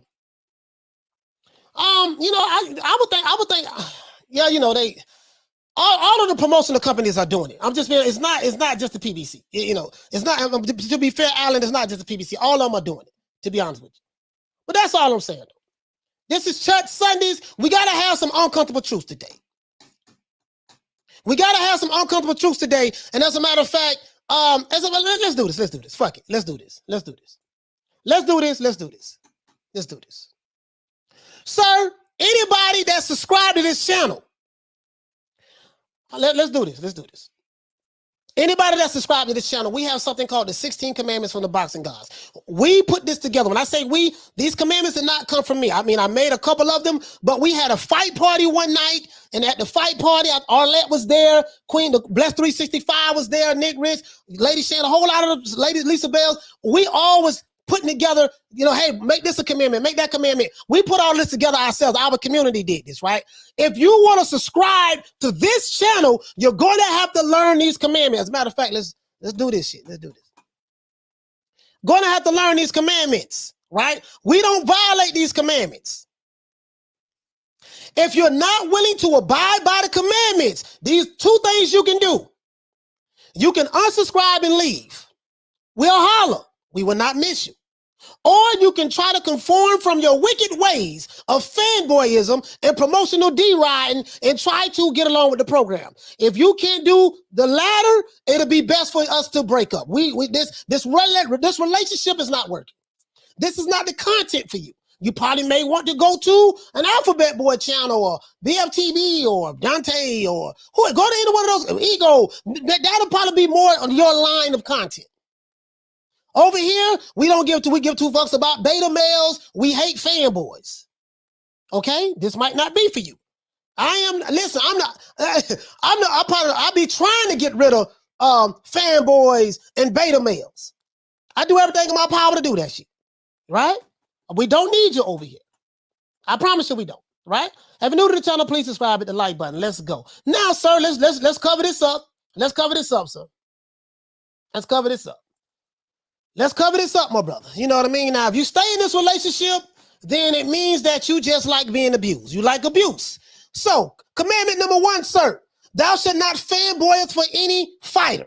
That's commandment number 1. Commandment number 2, sir, thou shalt not deride for a promotional company or a promoter. Commandment number 3, sir, thou shalt not be a manager or promoter of any fighter. Commandment number 4, sir, thou shalt not pocket watches a fighter's money. Commandment number 5, sir, thou shalt not talk boxing without facts. If you're only talking boxing with feelings, if you're talking boxing with feelings and you're getting mad and upset and you go to threatening people in the chat, you are a overly sensitive beta male. Maybe you had daddy issues growing up. I don't know. Maybe 7-8 or Trill or one of those guys can be your daddy. But over here, we know if you had daddy issues and you're getting moist between the cheeks and you're getting upset and you're threatening people, this is not the channel for you. This is not the channel for you. This is it. I'm just letting you know, sir. Just letting you know, okay? Now, let's go. Let's go have some church, because maybe I'm going to do something else to try to run these dudes off the block. I'm doing everything in my power to get rid of them, guys. So if they're still here, they like the punishment. Lord have mercy. We have 16 commandments that we go by here, church. And we got some perpetual line steppers when it comes to the commandments. Commandments are meant for a reason. Why do we have commandments? We are the only boxing community that have commandments that we go by. Because we hate fanboys so much. If you're threatening people in the chat, you are the problem. Let me explain. Now, commandment number 1, as I said before, thou shalt not fanboy for any fighter. A fanboy is someone who has what? An overly excessive emotional attachment to a particular fighter. Right? Let's continue. Commandment number 2, thou shalt not deride for a promotional company or a promoter. VA Money Group, sir, you specifically said the other day that you are pro PBC. You admitted it that you are a derider for the PBC. You admitted that you do not like black fighters who fight with Top Rank because of the promotional company. So, sir, you are in violation of commandment number 2. Now, commandment number 3, thou shalt not be a manager or a promoter of any fighter. We don't need you talking about, oh man, but my fighter don't need to be fighting that fighter, and that fighter don't need to be fighting my fighter. He got to do A, B, C, and D. Right now, that you in complete violation. So we don't do that. As a fan, all we want to do is see the fights. We let the promoters know what we want to see, and we fight until we get that. That's what we do. Commandment number 4, thou shalt not pocket watches a fighter's money. If you are the type of person that sit back and say, my fighter made make more money than your fighter, and your fighter can't get no fight with my fighter because my fighter got more money and he got Lambos with suicide doors, you, sir, are in violation of commandment number 4. Commandment number 5, thou shalt not talk boxing without facts. Fanboys never talk boxing with facts. They only talk boxing with emotions. We know this for a fact, sir. Commandment number 6, thou shalt not get too emotionally invested in a particular fighter. A lot of you guys, you get really emotional about certain fighters from Texas. You get upset about certain fighters from Nebraska. You get upset about certain fighters from Mexico. And you're going to get overly emotional. This is the definition of a fanboy. Let's continue. Commandment number 7. Thou shalt not criticize a fighter for cherry picking when your favorite fighter is cherry picking. That's self-explanatory. Commandment number 8. Thou shalt not condone any elite fighter ducking another elite fighter. That's self-explanatory. Commandment number 9. Thou shalt not speak it of back-end money. That's specifically for you PBC D-riders. Commandment number 10. Thou shalt not tweet it shit on Twitter for your favorite fighter. Whole lot of that shit going on Twitter right now. I know, I be seeing it. Commandment number 11. Thou shalt not threaten people on YouTube if they do not agree with you. Let's stop right there. Let's stop right there. Commandment number 11, thou shalt not threaten people on YouTube if they disagree with you. VA Money, sir, I watched the replay of the show. You was threatening people in the chat, and you violated commandment number 2.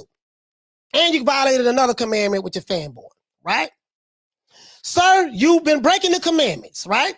Now, commandment number 12, thou shalt not speak of undisputed if your favorite fighter has the French fries belt. That's AKA better known as the franchise belt. But commandment number 11 is very important. I get threats all the time. Dudes from Texas, dudes from Chicago, dudes from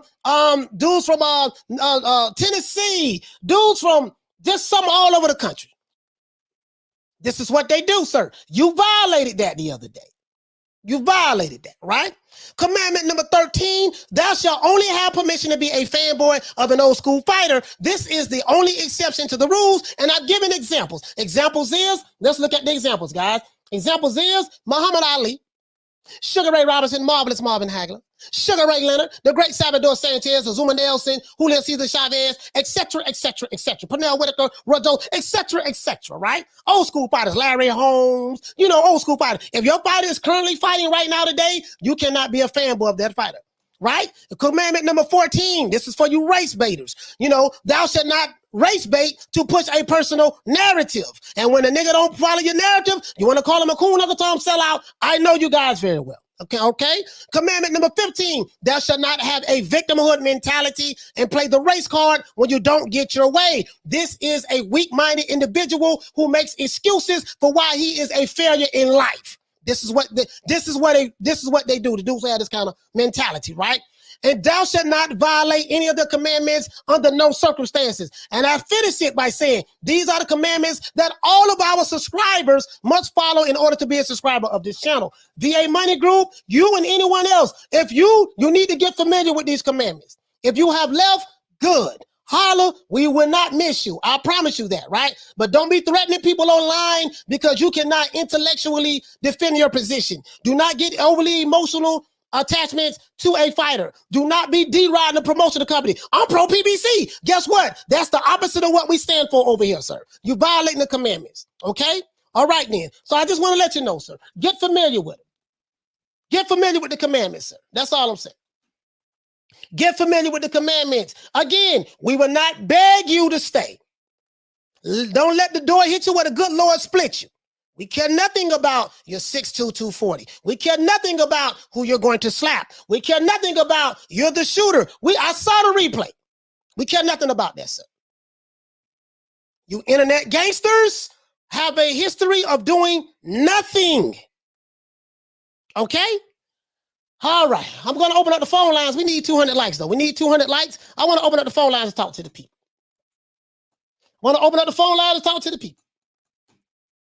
That's what I want to do. Maybe I said something, So that's what I want to say too, right? Let's go here. When y'all be online threatening people, You don't understand how non-threatening that is. When you're online law threatening people, you don't understand how non-threatening that is. Let's go on over here. I'm not on the right side of this material. Let's go on over here. Let's look at this. Now, when these internet gangsters be talking about they gonna shoot and this and that, this is what I think about. That's what I think about. This Warris right here is the internet gangster. Oh, you're going to do, oh, look at him. Lord bless him. Lord bless him. What he doing? He's stretching. Okay, that's the internet gangster right there. And this is me. I'm the lady right here. I'm just taming the internet gangster. Okay, internet gangster. Come on now. Come on, let's do some more exercise. Sit your ass down. Let's do some push-ups, internet gangster. Okay. All right, 1. Okay, there you go, internet gangster. Okay. 2. Okay, internet gangster. Let's go. Okay, 3. Okay, internet gangster. Okay, we're getting ready for a fight now. I pet you on the head. Yeah, let's go on over here, internet gangster. Now we got something else for you. All you internet, I'm 240 niggas. Yeah, okay, now internet gangster, let's do some more exercises. Come on, lift your leg up. Okay, let's go. 1, okay, internet gangster. Okay, 2 internet gangsters. Okay, 3 internet gangsters. Okay, all right, internet gangster. You did good, dog. You did good. Now we got one more exercise. I think we got one more exercise. Come on, internet gangster. Come on now. We're gonna work on our abs now. We're gonna work on our abs. I did core this morning. I went to the gym and I did core this morning. Come on, internet gangster. Okay, internet gangster. Let's go. Let's lay down. Let's work on our sit-ups, okay? Let's go. 1, okay, 1 internet gangster. Okay, 2 internet gangster. I'm 6'2", 240. Oh, come on. 3 internet gangsters. I'm gonna slap you when I see you. Okay, 4 internet gangsters. Okay, look at that internet gangster right there. 5 internet gangsters. Okay, one more time. 6 internet gangsters. And okay, you did good. Lord have mercy. These internet gangsters, yeah, and he's waving at everybody. That's what I'm talking about, baby. That's what I'm talking about. Nigga, please. Ain't nobody scared of you. Ain't nobody scared of you tough ass niggas online. Nobody. Shout out to Allen Maddox for dropping that quarter of a bam dub on your boy. Hey, Leroy. Super chat received. Playtime's over, boy. He said, preach, coach, this is why I dig your content. Keep speaking it in the church of what's happening now. Appreciate your principles, tabernacle good, coach. Yeah, when they be doing that internet gangster shit, that's what I be thinking about. Oh, god damn, these niggas. Okay, god damn. Okay, we went down a little bit. We went down. Okay, some of them left, so that's good. All right, now. All right.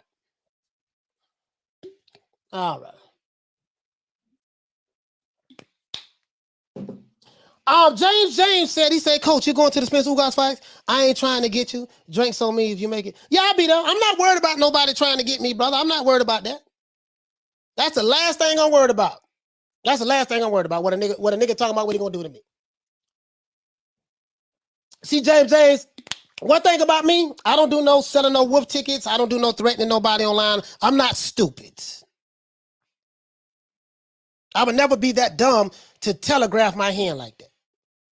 When I go somewhere, I'm never by myself and I'm ready for whatever. And it's gonna be a lot of us. So I don't worry about that shit at all. I don't walk in fear, brother. I do not walk in fear. Let's go.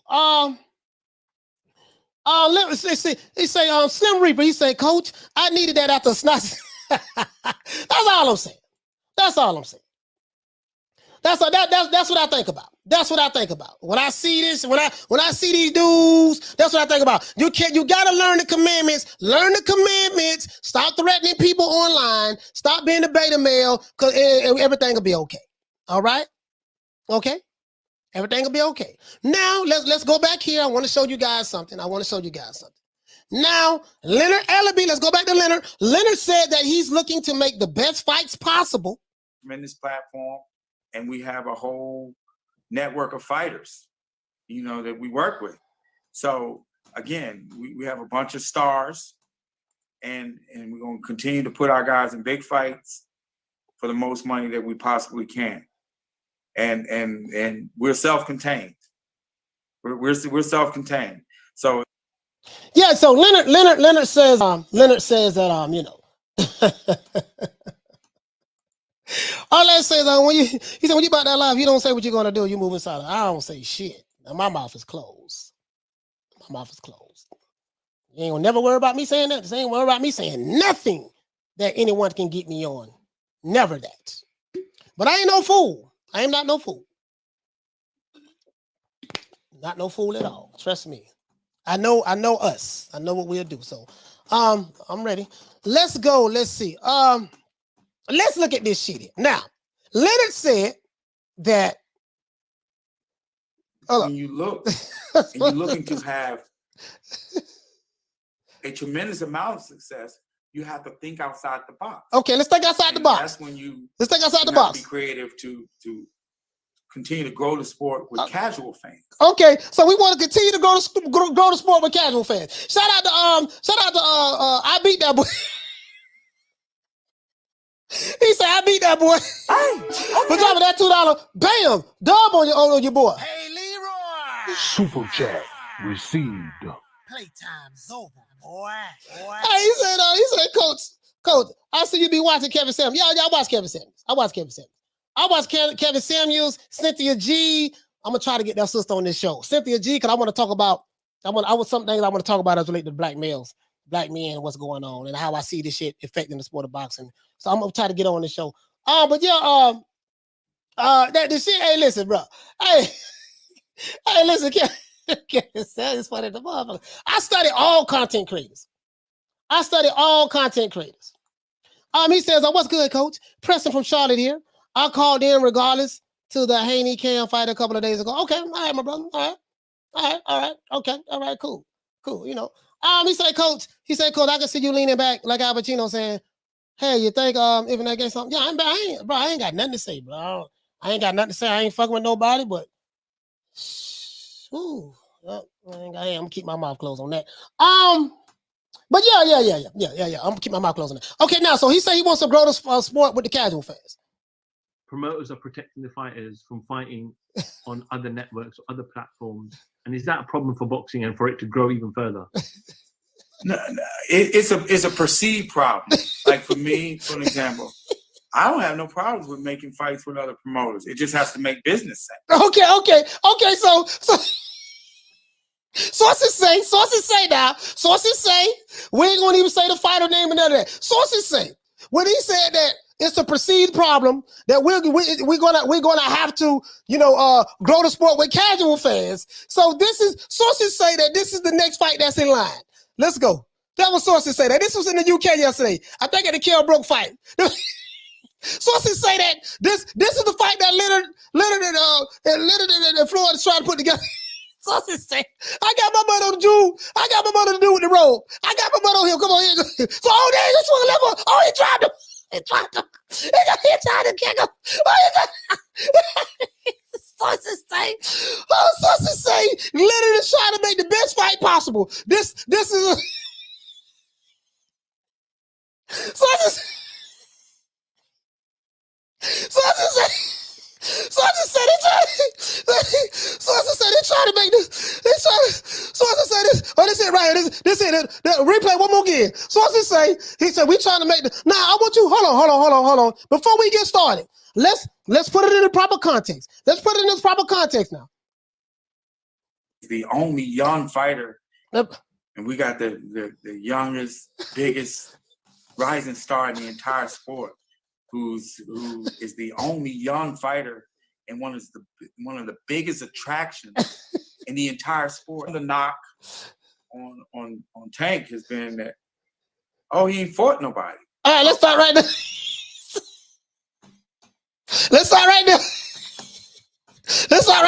Go.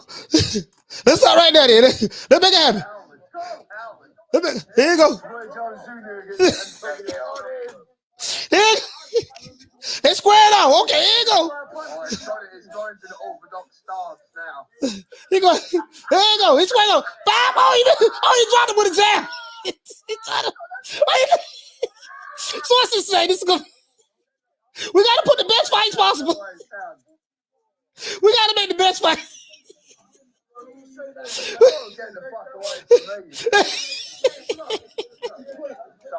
We got to make the best fights. We got to make the best fights right here. Okay.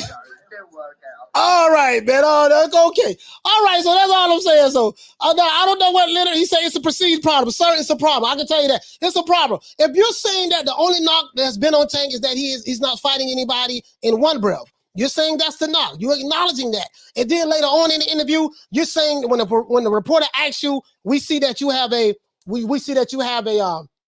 There's a there's a you know, hold on. Let's go. I don't want to misquote.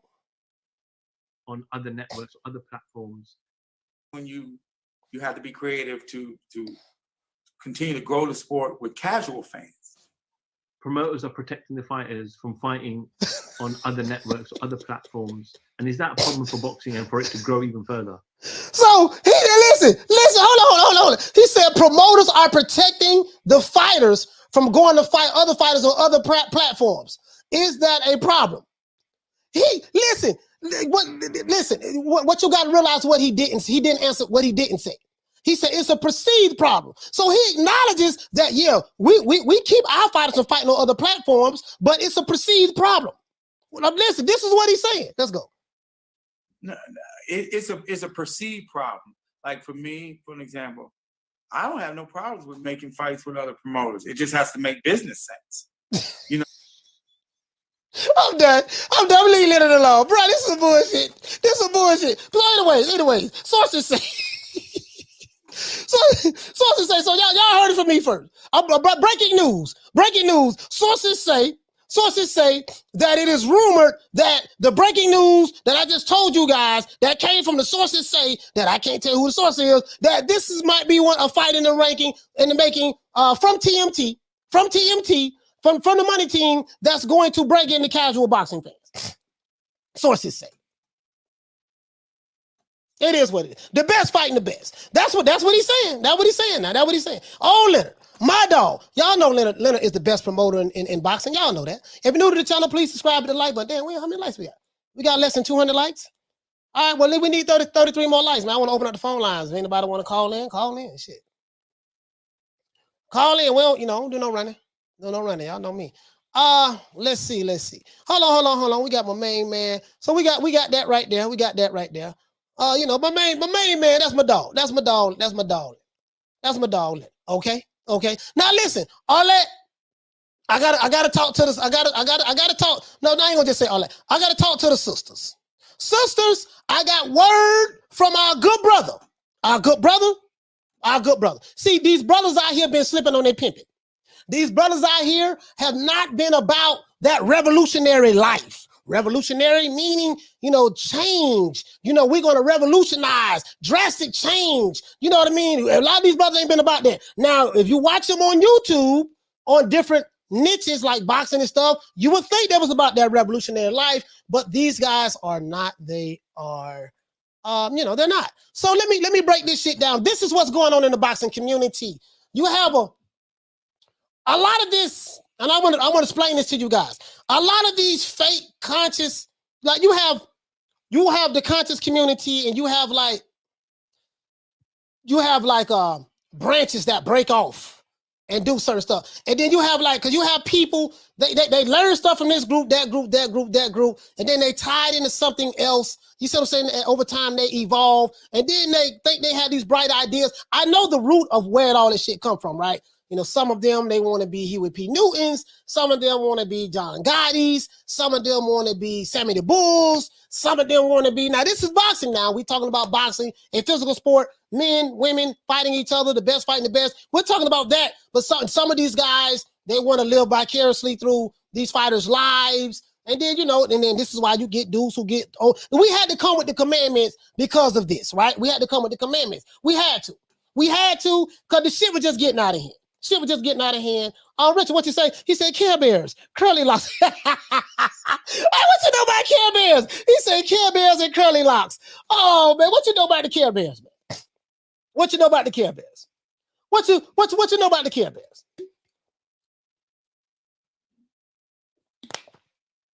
What you know about the Care Bears? James Jason, I'm gonna try to chop it up with you, coach. Yeah, for sure. We can chop it up. When as soon as I book my hotel, I'll let you know. My brother. Yeah, you know what I mean. He said, the Care Bears. Well, let's see what our good brother, my good brother, your good brother, our good brother, Dr. Umar got to say. Now, Dr. Umar had a suggestion, ladies.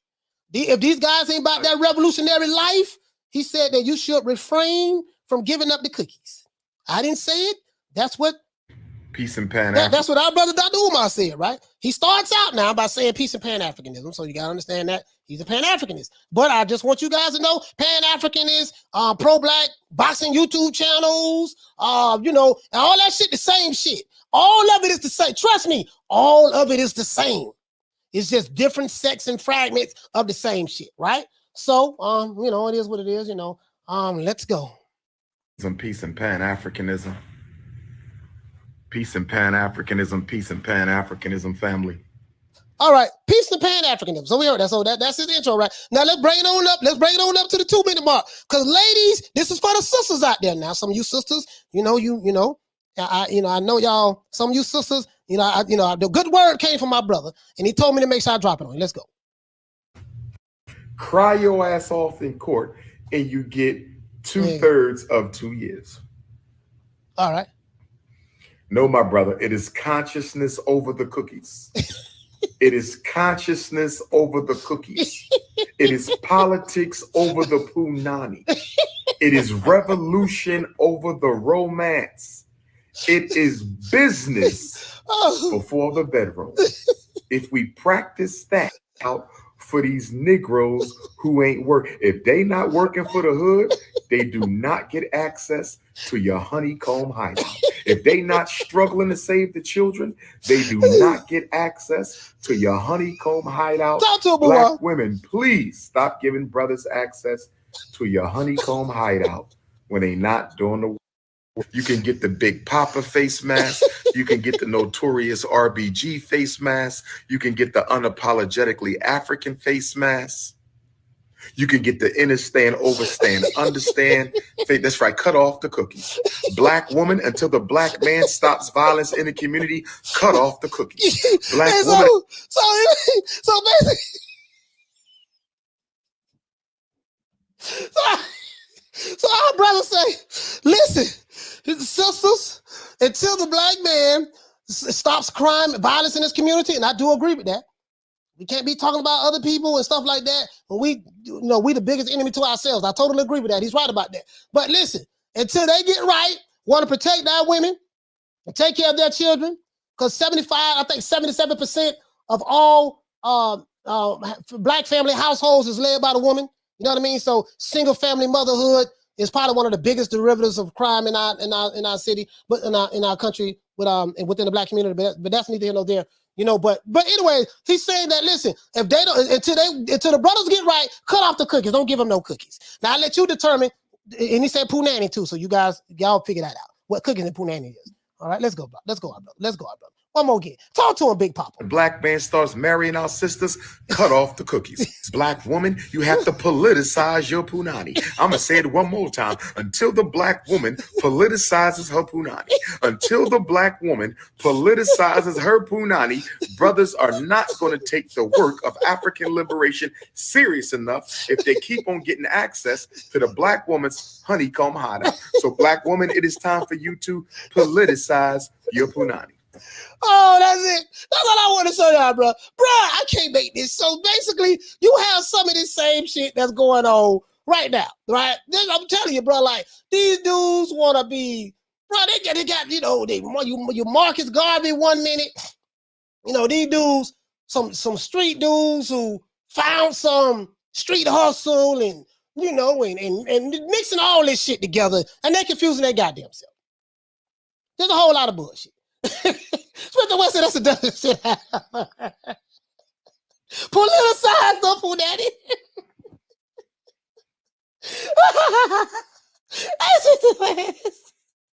Spencer West said that's the dumbest shit. Spencer West, hey, my brother, Spencer West with the bullshit. Oh man, Spencer West, bro. And we need 19 more likes to open up the phone lines. Spencer West, man, bro. Where the sisters at? Where the sisters at?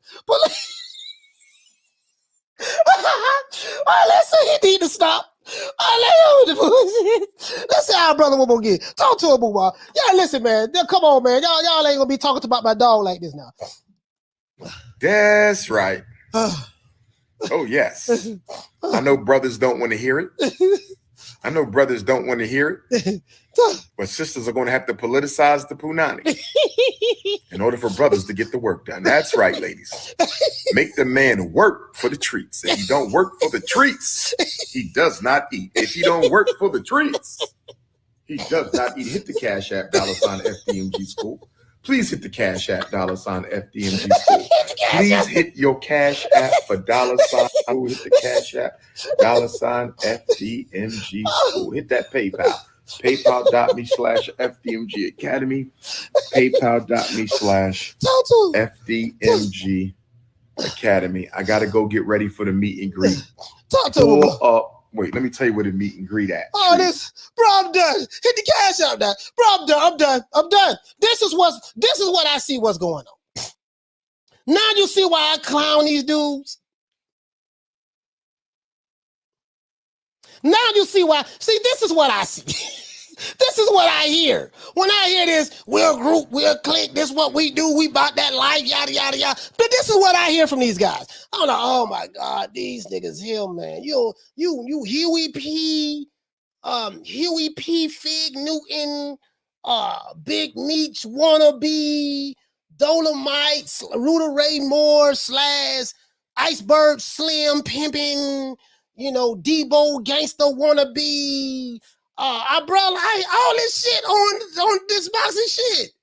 Like a bunch of beta males, niggas bro, this shit is crazy, dog. This shit is, bro, hit the Cash App. Man, you got the politicize the punani. Bro, this is just too much, dog. It's just too much. Hold on, guys. Hold on. Oh, this shit is too much right here. And then we got, hold on, I'm gonna let you guys hear this shit here. This is what's going on.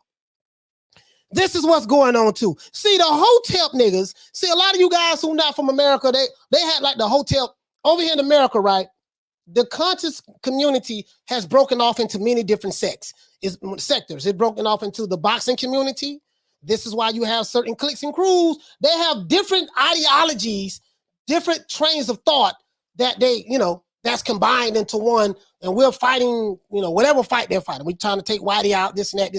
Yeah, it's just a whole bunch of contradictions, right? So I told you, we're pro-black, I'm for my people, this and that, but you're pimping black women, and some of your members not even married to black women. The key thing to being about black people, pro-black, you have to have a black woman. That you can't get around that. That's rule number one. If you don't have that intact, stop saying you're pro-black, just say you love your people, and then you're trying to help. Just say that. But now, I call out the double standards and hypocrisies, and then the Big Meech and Sammy the Bull and John Gotti shit come in when they have an intellectual, when they can't have an intellectual debate with you or conversation with you because there's nothing intellectual about these niggas. But when you try to talk to them and they can't get their point across from an intellectual standpoint, they get upset and they go to threatening you.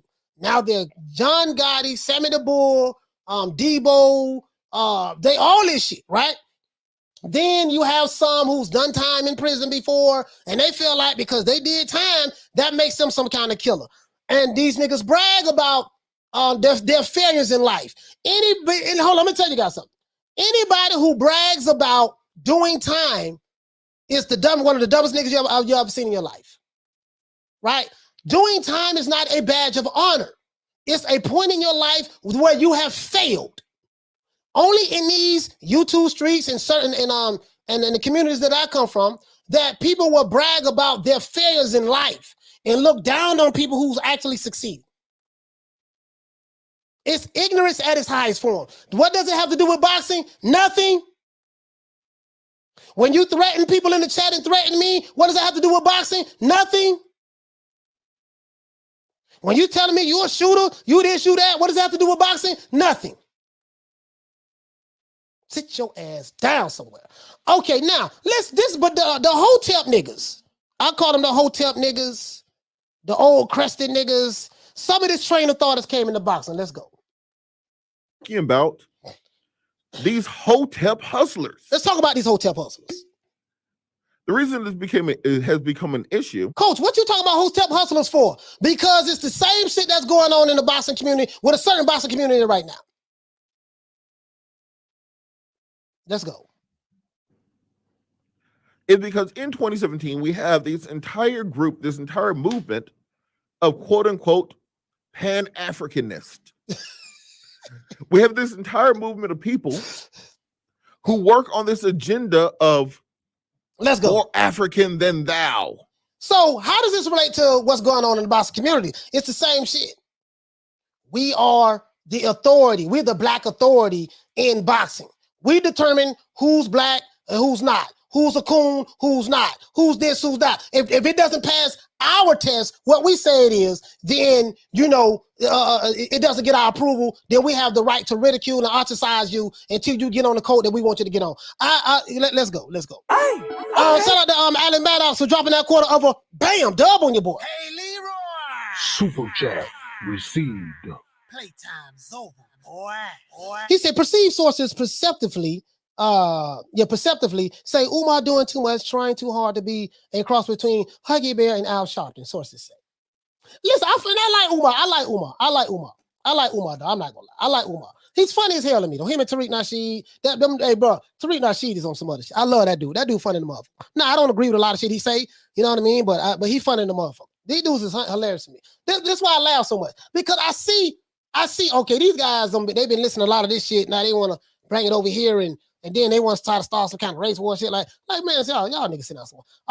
He say fast, coach. It takes a real man to learn from his mistakes and stay out. I did time twice. Didn't make me more of a man. He says how you pick yourself back up. Yeah, when you see dudes bragging, talking about, yeah, nigga, I did time, and that's proof that I messed you up. Yo, dumb, okay, well, nigga, go do some more time then. Go do some more time, lift you some more weights. Go do that, sir. Don't be bragging to me about what you're going to do and all that shit there, because you got to suffer the consequences of your actions. Sit your dumb ass down somewhere. You ain't scared nobody. Shut the fuck up. Okay, let's go. Who are quick to call anybody from Serena Williams to Jim Brown an Uncle Tom or Coon or Jigaboo or anything else under the sun. Yep. Because they hold a different political, social, economic, any other belief than them. Let's stop right there. This is what these dudes do. When you hold a different belief than them, oh man, nigga doing all that weird shit, they don't even want to come over here and give us no interview. Oh, he don't believe that the fighter that we believe in is the greatest fighter of all time? That nigga weird. Oh, he signed with a different promotional company and we believe in the promotional company? Well, shit, he got a different belief than me. So what he said he gonna do? He gonna call him a coon, Uncle Tom, or sellout. This right here, let me show you this video. This brother right here, I've been following this brother for a while. First time I ever got called a coon was when I started boxing channel. Never heard that, never got called that before in my life. Until I started with these, I see these old hotel niggas in boxing, right? Let's call them hotel niggas in boxing. Hotel niggas in boxing, right? Let's go. Fake gangsters. These individuals do not have their own agenda. Let's go. These individuals do not have their own achievements. These individuals do not have their own economic plan for people in the African American community. No. The only thing that they do, that's what I have, is criticize. That's all they do. The only thing that they do is push this line item. Yeah, that's what they do. That if you do not smell like incense all the time and don't take baths, walk around stinking, that somehow you're not pro-black enough. That somehow you're not African enough for them. So let me get this straight. Let me break this shit down. So if you don't think the way we think, and you don't be on our code and what we talking about, niggas confused about their own code. You know what I mean? And if you don't think like us, like we some one monolithic group of people. I see that shit over here in the boxing. So I attack it head on. I get the flag. I take all the shots. I ain't got no problem with it. Then this is why you have these dudes. They get overly angry, aggressive, with us online. We gonna do this. We gonna do that. But I notice a lot of these dudes who say they these killers and stuff online, some of these dudes, they lost that killer instinct, when the police came and it was time to go to jail. You think a killer, these guys, I'm going all out, I'm a killer. No, these dudes, when it's time to go to jail, these niggas, they lose their killer instinct. So I just call this shit out. Again, guys, as I said before, if you not You can't be pimping your women. We don't do that. We don't brag about that. Old crusty bald head nigga. You know who I'm talking to from Milwaukee. We don't brag about that. We don't brag about doing time. Yeah, nigga, I did time. Who does that? Only a dumb slow nigga would brag about your failures in life. You bragged about losing your freedom, taking showers with other men. Gotta get toilet paper from like who does that? We go out and talk to these kids, man, and talk to these children in these inner cities and talk and try to talk them out of that kind of thinking. Nigga don't think like me. He's a cool nigga, Tom sellout. Yeah. That's that same hotel shit. That same conscious community shit. Yeah. Oh, let's go. Okay, I don't. Let's go. Let's go. So this where I come from. I know this shit. I know this mindset very well. That mindset is seeped into boxing. And this is why you have what you have. This is why you get threatened. This is why you have all kind of shit these people say, right? This is what it is, right? This is what it is. And this is why we got the commandments. Let's look at, as a matter of fact, hold on. And I did see this that Canelo put out about, we talked about that already, about the lies and stuff. But this shit right here is killing me, bro. As a matter of fact, let's go over here. I want to show you guys something. Right? This is what goes on. And there's something that I think, was it Ron Boy Fresh? I think Ron Boy Fresh said, we was talking some shit when he called in. These guys got to stop with this, in my opinion. I am oppressed, victimhood, get on code. You don't have the political beliefs that I have, ideological, socioeconomic, boxing, whatever. Come on, belief. You don't think like me, F you, and you want to get overly, just get belligerent. This shit is crazy. It has nothing to do with boxing. Nothing at all. So I talk about shit like that, and I offend a lot of people with my content. They don't have to watch it. They choose to be offended. They don't have to watch it. He says, BFTB fits the criteria of the angry black man in Southpaw that wants to be black. Yeah. Mad, catch an aneurysm, smoke some weed. Smoke some weed, calm your ass down. Because you ain't going to do nothing. See, these dudes are what you call serial complainers. You don't take care of your women. You don't take care of your children. Our neighborhoods is a mess. All you do is come on and just complain all day. Talk about other people who look like you. So when I told them, when you attack, I attack too. We can play that. When you attack, I attack. And I love it. I have fun. I have fun with it, to be honest with you. Because I don't get offended by nothing. But this shit is ridiculous. And this is what it is. You know what I mean? So instead of just, this is the mindset that's going on that I see. So I call it out. I want the smoke. I don't, I ain't doing no ducking and dodging. Let's see what we got. Man, we still got less than 200 likes. I open up the phone lines, but we need the 200 likes. He said, I ain't got no problem with them complaining, as long as you complaining while doing something about it. This is the thing, though, Smith and West. They don't do nothing about it. We just go complain. We have become professional complainers. Oh, he ain't fight. He won't fight. He ain't fighting. He ain't fighting this dude. He ain't fighting that dude. I'm gonna give you a perfect example. This guy here we complain about all the time. This is what I see. This is the guy that we complain about all the time. When I say we, ain't talking about me and you, Smith and West. This dude right here. Sorry about that. We complain about this guy. As a matter of fact, hold on. We complain about this guy all the time. Oh, do you think Canelo's move to 168 means that he don't want no smoke at 160? He's scared. Where you at, Cinnamon? We've been calling now, you this out is for a long time. This is time old. to show up. Get the people what they want to see. The people want to see us fight the best in the world. We feel like we the best in the world. Come on, man. Stop running behind De La Hoya. Stop doing all that, man. All right, go to Mexico and fight Canelo at his house. Run. Okay. Will we not fight Canelo at his house? So, I'm cool with all of that, right? We're going to continue to play. My thing is, if no one can get this Canelo fight or whatever the case may be, why keep complaining about the same shit? If you feel that a fighter of a certain ethnicity don't fight blacks, racists, whatever the case may be, why do you chase this guy? And then complain about it.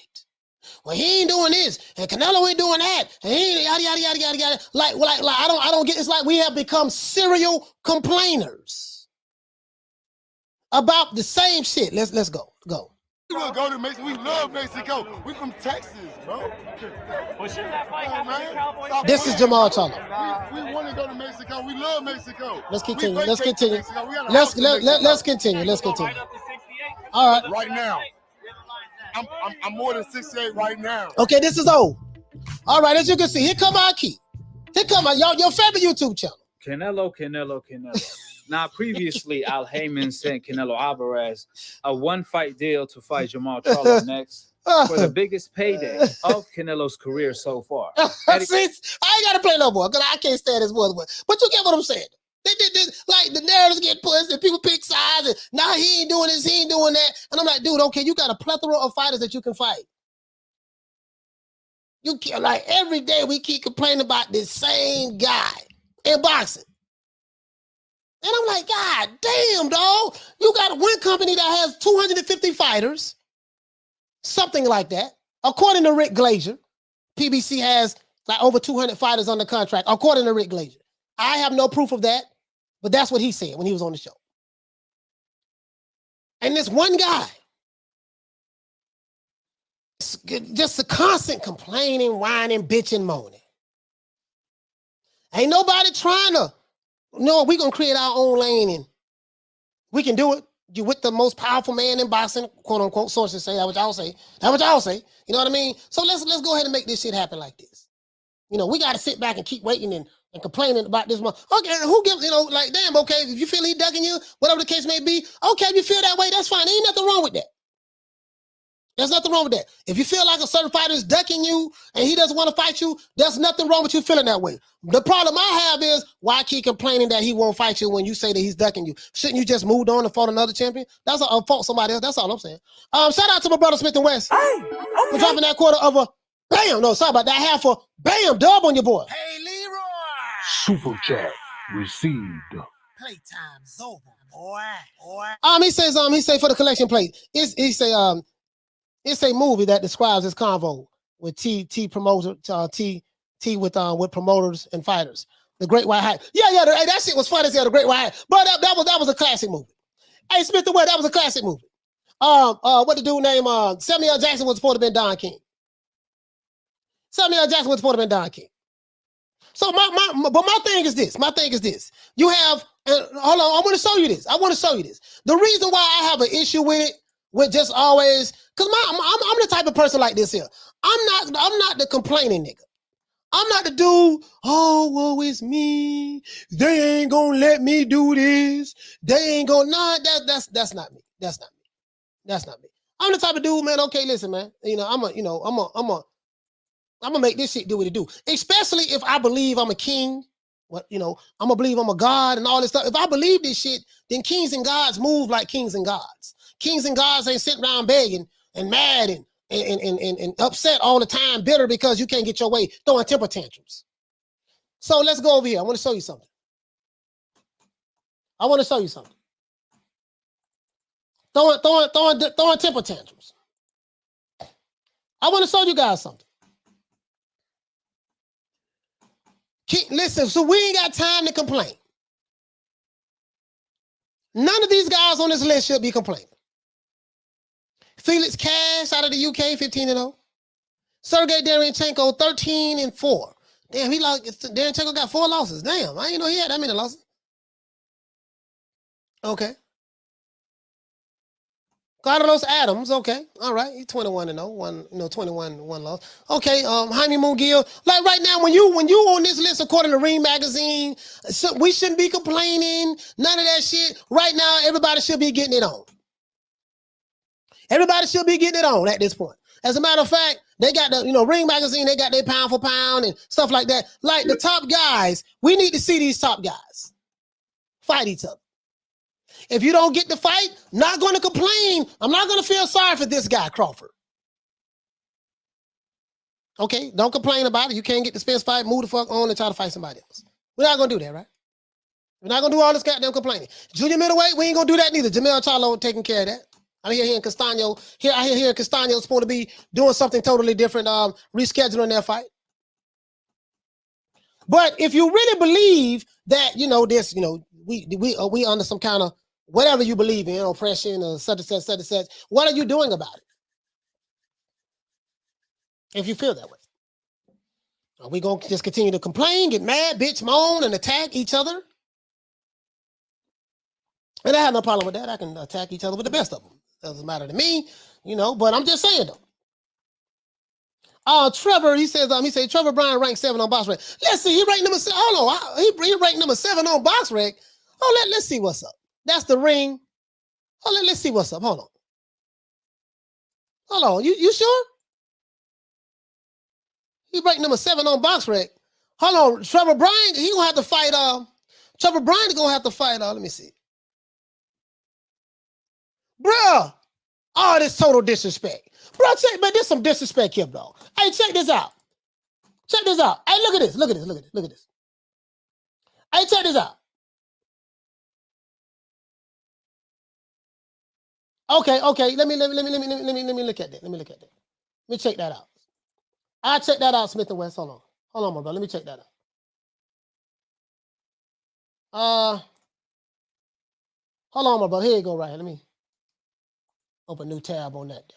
Okay.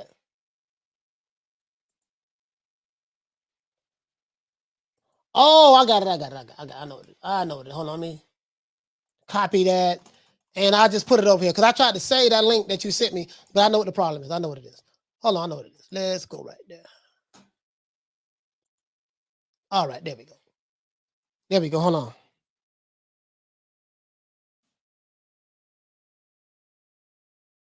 All right, there we go. So now, my thing is this. Hold on. Let me see. You said they got him ranked number 7. Check this out. Hold on, check this out. How he ranked number? You got Trevor Bryan ranked number 7 right here. They got their top guy, Tyson Fury. Now this is Ring Magazine. They got Joshua ranked number 2, Wilder ranked number 3, Dillian White ranked number 4, Joseph Parker ranked number 5, Angela Reese number 6, Kent Ortiz ranked number 7, Frank Sanchez ranked number 10, Ergovich ranked number 9, Joe Joyce ranked. They don't even have Trevor Bryan in the top 10 heavyweights. Come on, man. I think that disrespect.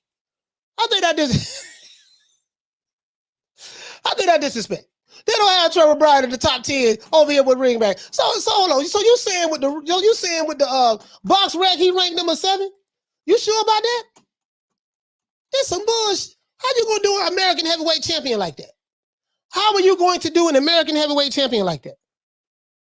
Trevor Bryan is the only American heavyweight champion that we have right now.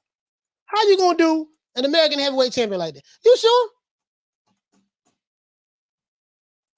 Knockdown say Ring Magazine bogus. Okay, Ring bogus. Okay, I get that. But they say Ring is supposed to be the Bible. That's what they say. They say Ring is supposed to be the Bible. He says Trevor Bryan got a belt too, and he got a belt. This is straight disrespect right here. This is straight disrespect right here. Bro, how you don't have? Hold on. Let me see. You sure? Hold on. Let me see. Let's go to heaven, man. Yeah, I gotta see this my goddamn self. You sure? You sure? Like where? Hold on. Where? Hold on, guys. Where is let's see. The top 10, they got Dillian White right there, 5, Joseph Parker, Andrew Reese, Chisora, Gasself, Michael Hunter. What the hell, Michael Hunter, Ortiz? They don't even have Huggy Fury. They got Huggy Fury over. Okay, Huggy Fury. Damn, Daniel Dubois. They don't even have Trevor Bryan straight. Bro, they don't even have Trevor Bryan in the top 25. What the hell? Where he ranked number 7 at? My man ain't motherfucker. Oh, hold on. What the hell? What in the easy? Trevor Bryan ranked number 37. Number 37. So, okay. Hold on. 37. Let's see. Hold on. So, hey, El Banner, what you say? He said they doing Bryan wrong. I ain't gonna lie to you, dog. I'm not gonna lie to you. Trevor Bryan really ain't that good, dog. He not that. This ain't no shade on Trevor Bryan, dog, but he ain't. I just be joking a lot about Trevor Bryan, but he ain't really that. Bro, I saw his last fight. The man fought a professional crabber. A guy who catches crabs for a living. You know what I mean? A guy who, a crabber is like a fisher. This man was a full-time crabber. He was crabbing for 10 hours a day. And then after crabbing, he would go train to get ready for a fight, to fight Trevor Bryan. And when he fought Trevor Bryan about a month or so ago, guys, a month and a half, something like that ago, about a month or so ago, he fought him on 4 weeks' notice. He fought the guy on a 4 weeks' notice. And he went life and death with him. They went, as a matter of fact, he won in a split decision. EPL Banter. He won in a split decision. I'm not making this up. Yeah, he's a professional crabber. From Louisiana, Arlette, from Louisiana. He won, bro, so I'm not, hold on, what the brother said. One brother said,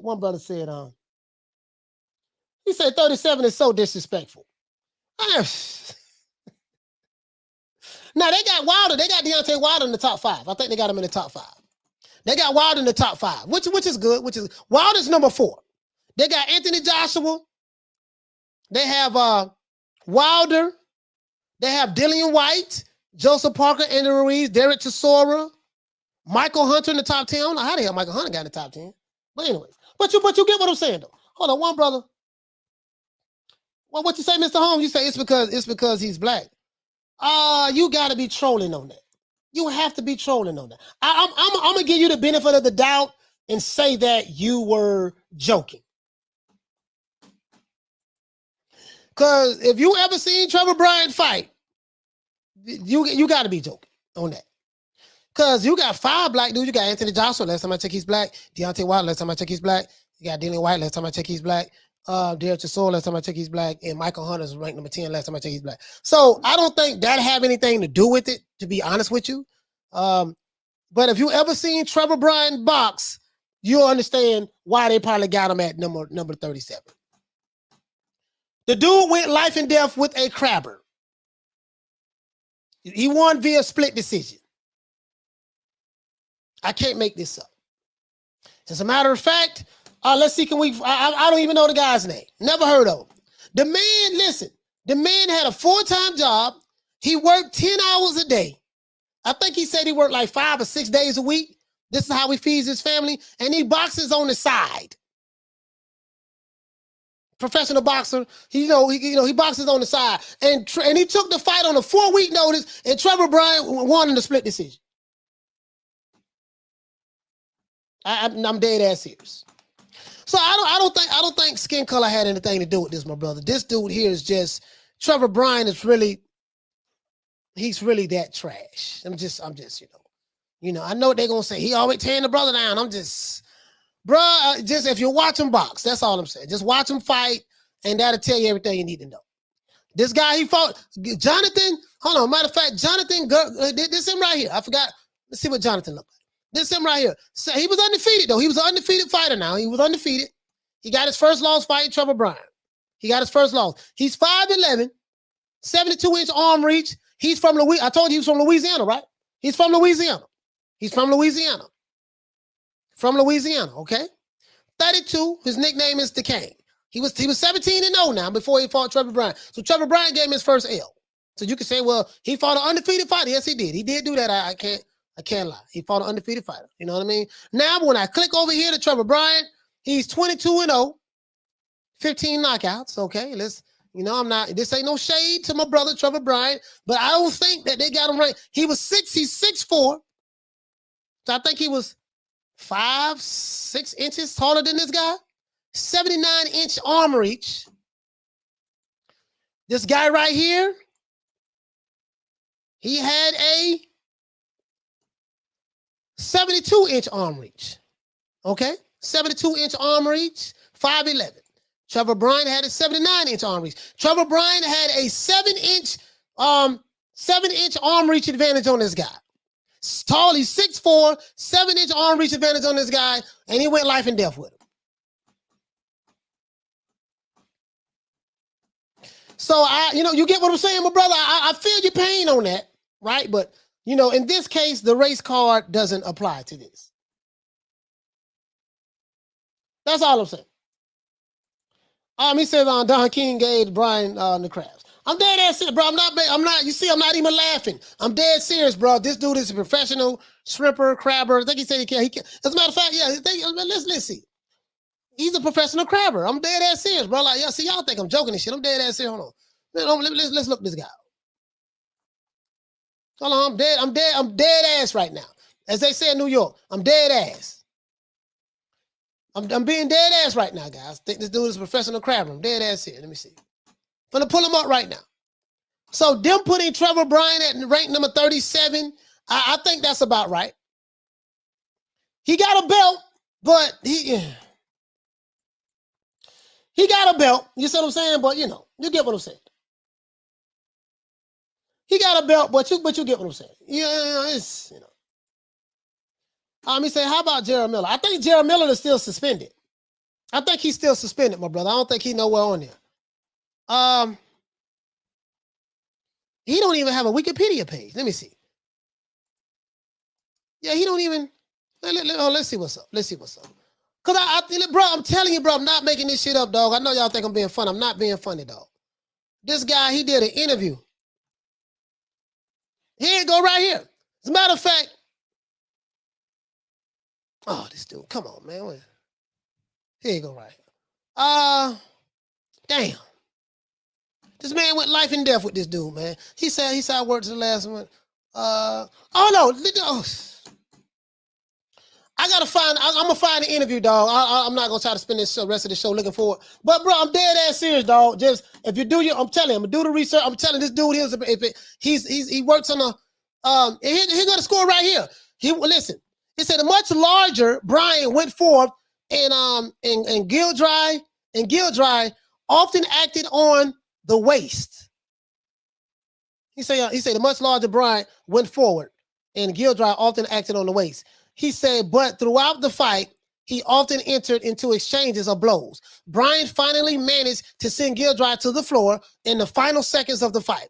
Judges note 118, 109, 160, 111 in favor of Bryan, and another judge had it 115, 112 in favor of Gildry. Trevor is serious, and for a long time, Bryan said after the fight, I proved it tonight. I will only improve and continue to improve my skills. I will work until the last gong. I'm going to show my talents abroad, meaning he's coming to the UK, guys, so be on the lookout. I'm going to fight against the top three. Namely Tyson Fury, Anthony Joshua, and Alexander Usyk. I deserve these fights. It was the next step for me. Say hello to Jonathan Gildry. He was a strong contender. Boy, hush. You don't see, listen. let me tell you how I know what I'm talking about. All of these pro-black, I look out for. We follow all black fighters, unless they with a certain promotional company. You don't see none of them talking about the only American heavyweight champion we have in the world right now in Trevor Bryan. He's black, right? Last time I checked, Trevor Bryan black, right? True. You don't see him representing for him. The fuck? You showing up, don't? Shut up. before I bust a cap up in your ass. You know, if you've been watching me, I'm the only dude that talked about you. I did 3 shows talking about Trevor Bryan. 3 shows, 3. So I'm just saying, like, the dude went life and death with a crowd, bro. I'm not trying to be funny. I don't see him beating Anthony Joshua, Tyson Fury, or Alexander Usyk. I'm just, you know, I'm just, you know, that's our champion, though. That's all we got right now. That's all we got. That's all we got right now until, you know, unless Jared Anderson get a shot or whatever the case may be. But that's all we got right now. He says Big Baby Miller was punching air after seeing Ruiz KO AJ. That was supposed to be me. Yeah, but he was doped up on steroids, though. He was doped up on steroids. You know, it would have been him if he wouldn't been doped up. Doped up, you know what I mean?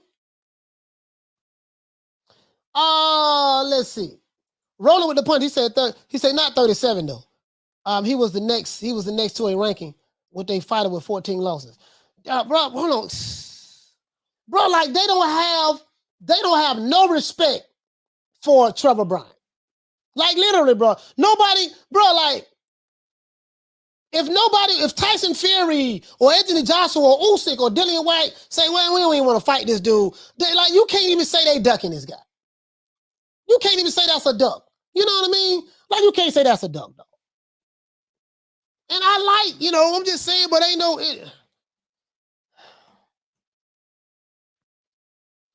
Jeff Luciano, what you say, fam? He said the ref saved Khan from another highlight reel KO. Yeah, the referee saved him. The referee saved him.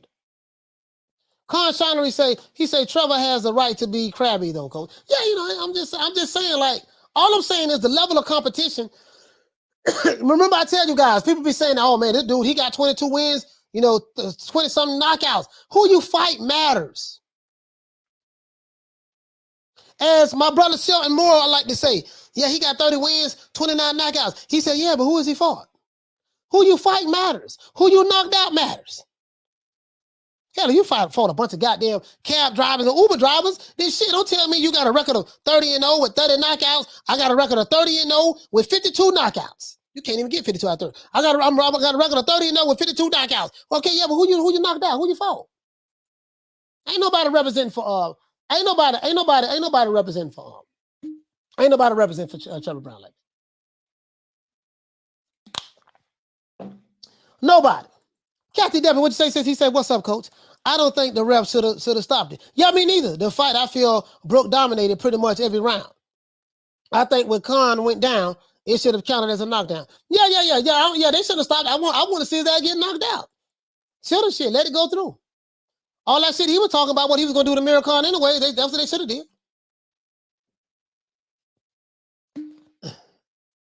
You see what I'm saying? He said, what you say on Ghost, you say there are people above Bryan that have never held their title. But bro, you get what I'm saying though? Like, now I'm hearing Daniel Dubois is in the process of fighting Trevor Bryan, which is good. You know, listen, once Daniel Dubois beat Trevor Bryan, if he beat him, but once he beat Trevor Bryan, bro, America, we're not gonna have any champions in the heavyweight division. All we got is Trevor Bryan, dog. And, you know, and we don't even want to represent for him. He said, "Coach, the man don't got it to contend with the top." He doesn't have it to contend with the top dudes. I know that. You know that. I know that. You know that. We know he ain't got it. We know that, dog. I'm just saying. He said, "Coach, there was a fighter yesterday on the Khan versus Brook undercard fighting Prince. Not seen my man's son with a 2-74 record." Oh, bro, this is cherry picking, bro. Oh my, bro, this is shit I be talking about right here. But this ball been taking the easy matches, fighting other balls. They fought on with a 2-74 record, bro. What's the point? Like, what is the point? You see what I'm saying? Who that was? You said that was. You sure? Oh, let me look over here. Let's do this. Let's do this. This yesterday. This the card from yesterday, right? You said okay. 2-74. Amir Khan. Hasim Azim. Oh, right here. This fight right here. Hassan. Hold on. Let me see. All of these was on that undercard. Adam Azim. Which fight it was? Abdul Khan.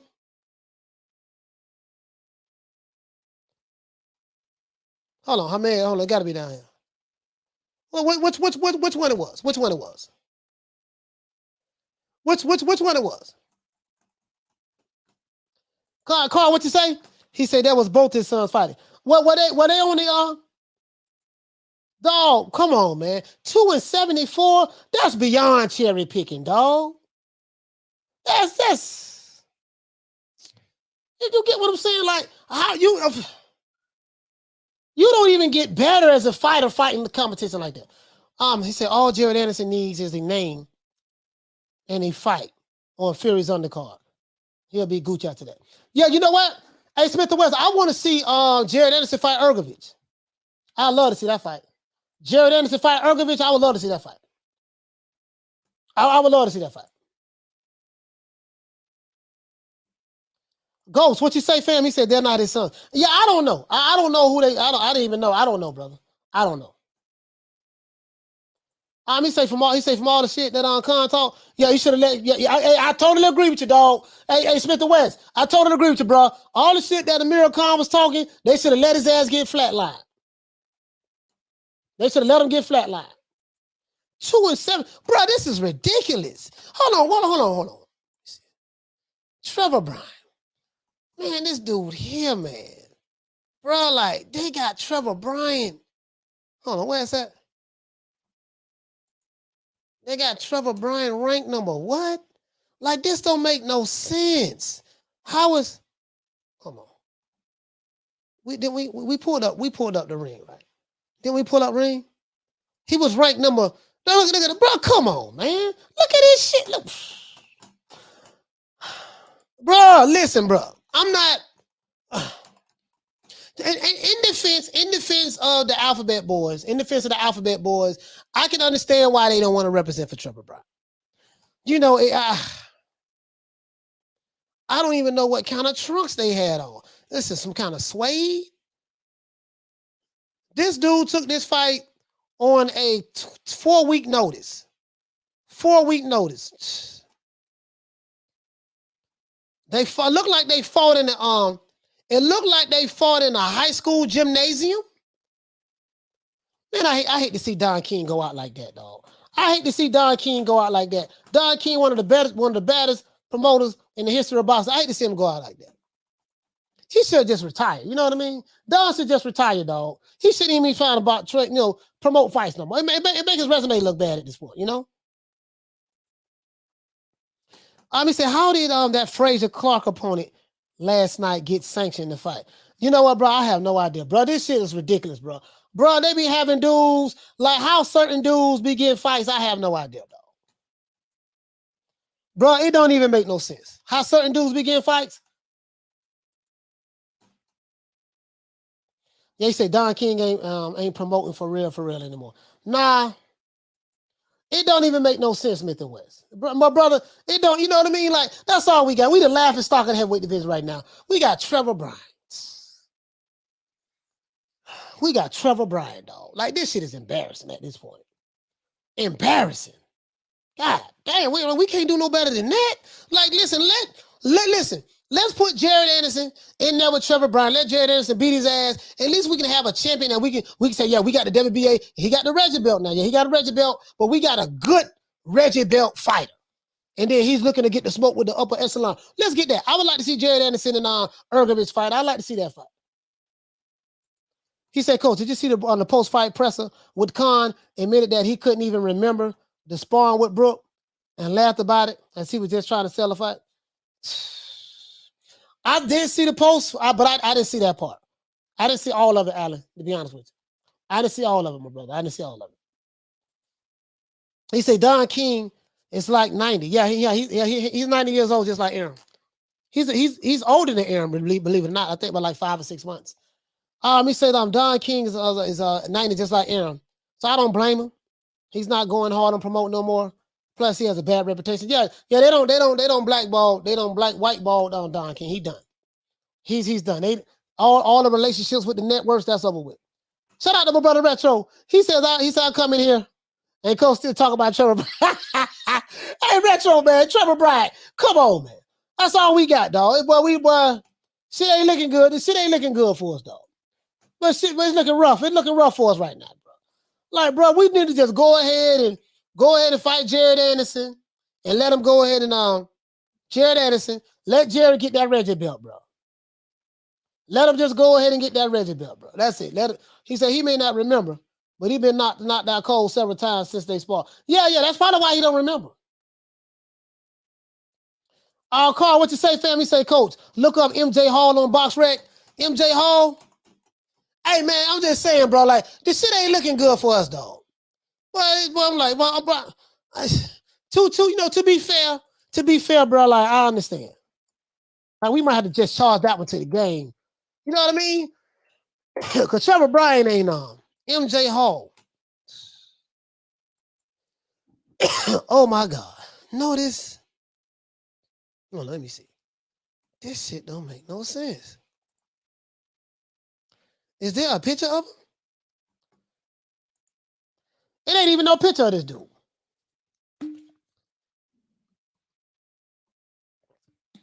There's not even a picture of this dude.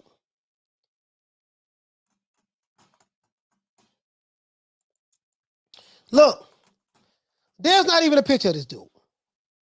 Who fought this guy? KO 0%. He's in the welterweight division. 78 bouts, 334 rounds. He's 29 years old, 5'11". He's from West Midland, UK. Wow. Damn. And this dude is 2-74. Wow. 5 KOs. He's been knocked out 5 times. 2 wins, 74 losses, and 2 draws. 5 KOs. How he got 5 KOs? Has he been knocked out 5 times? Is that what he's saying? Bro, this don't make no sense, bro. Smith and West, what you say, fam? He said, oh, yeah, I remember that fight. Boy was the oldest 29-year-old I ever seen. Bro, I don't.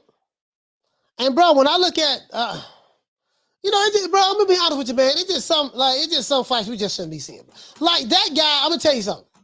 2-74, he's probably this guy right here. 2-74. 2-74. Hold on. He's probably this guy right here. 2-74. He's probably this guy. He's probably this guy. 2-74. He's probably this guy right here. He's probably this guy, one of these guys right here. 2-74. Look at that. This shit right here. He's probably this guy right here. 2-74.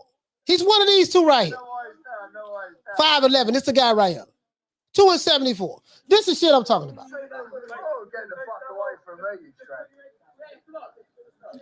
This is shit I'm talking about. In the UK, and I ain't hating now, but if y'all throwing people in the ring like 2-74, come on. This is on Twitter. I found this on Twitter. This is on Twitter. 2-74. Come on, man. Who sanctioned fights like this? He said, Coach, you should see the records of the people Tommy Fury has fought. Carl, what you say? He said, you won't know the funny thing, Coach? He went the distance. He went 12 rounds with this dude. Well, not 12 rounds, but he went the distance with him. Come on, man. Come on, man. This shit don't make no sense. How you go 12 rounds with a dude that's 2-74? I'm just saying, like, I ain't the smartest guy in the world, but how you go, how many rounds was the fight? How many rounds was the fight? Hold on, let's see. Y'all got me, man. I got to get on some weed right now. How many rounds was the fight? 4, 6 rounds? This shit don't make no sense. This the shit I'm talking about. He only been stopped 5 times. God, he's a pain freak. He only been stopped 5 times? Oh, that's what that was for. That's what the 5 was for. Damn. Come on, man. That shit don't make no sense. Come on, bro. Bro, y'all be, hey, listen, in the UK, come on, man. I heard of cherry picking. Hey, they be doing that shit in Mexico too, though. In Mexico, they do that shit too. You have a lot of fighters there, you know, they'll go to Mexico and they'll just be fighting any goddamn body. They do that in Mexico too. Dude, just, you know, I'm just saying, like, when some of those fighters, when they come to America, they be 72 and 0 with 85 knockouts. Like, then who you fought? Well, you know, I'm just saying, bro, I'm being honest now. Being in some real shit. It ain't like, you know, like you have a lot of guys, like dudes to pad their record. And, you know, they'll come over. Now, I'm not saying that these are not good fighters, but a lot of them, you know, they'll go to, you know, build their experience up, pad their record. You know, you know, I guess that goes on all over boxing. That goes all over boxing, I guess. That probably goes all over boxing. Shit, fuck it. What you say, Alan? He said, I think it was a 4-rounder, coach. You said he nearly won. He nearly never won none of them. God damn. Yeah, I'm out to smoke on that. He said he made the honor. I want to know how much he got paid. I want to know how much he got paid. He probably got paid like $500. Look here, dog. We're gonna pay like $500 and, you know, $500. You know, you're gonna go to the local pub and, you know, get you a couple drinks. Not drinks. Get you a couple drinks and, you know what I mean? Roll one of these right here, man. This shit right here don't make no sense. You know what I mean? Like, bro, like, how, like, you know, this shit don't make no sense. Like, how you have a guy and they fighting a professional fight? Like, make it make sense. Haleen, what you say? He say, coach, a journeyman gets like 1,200 pounds? Damn. 1,200 pounds. Shit, that's...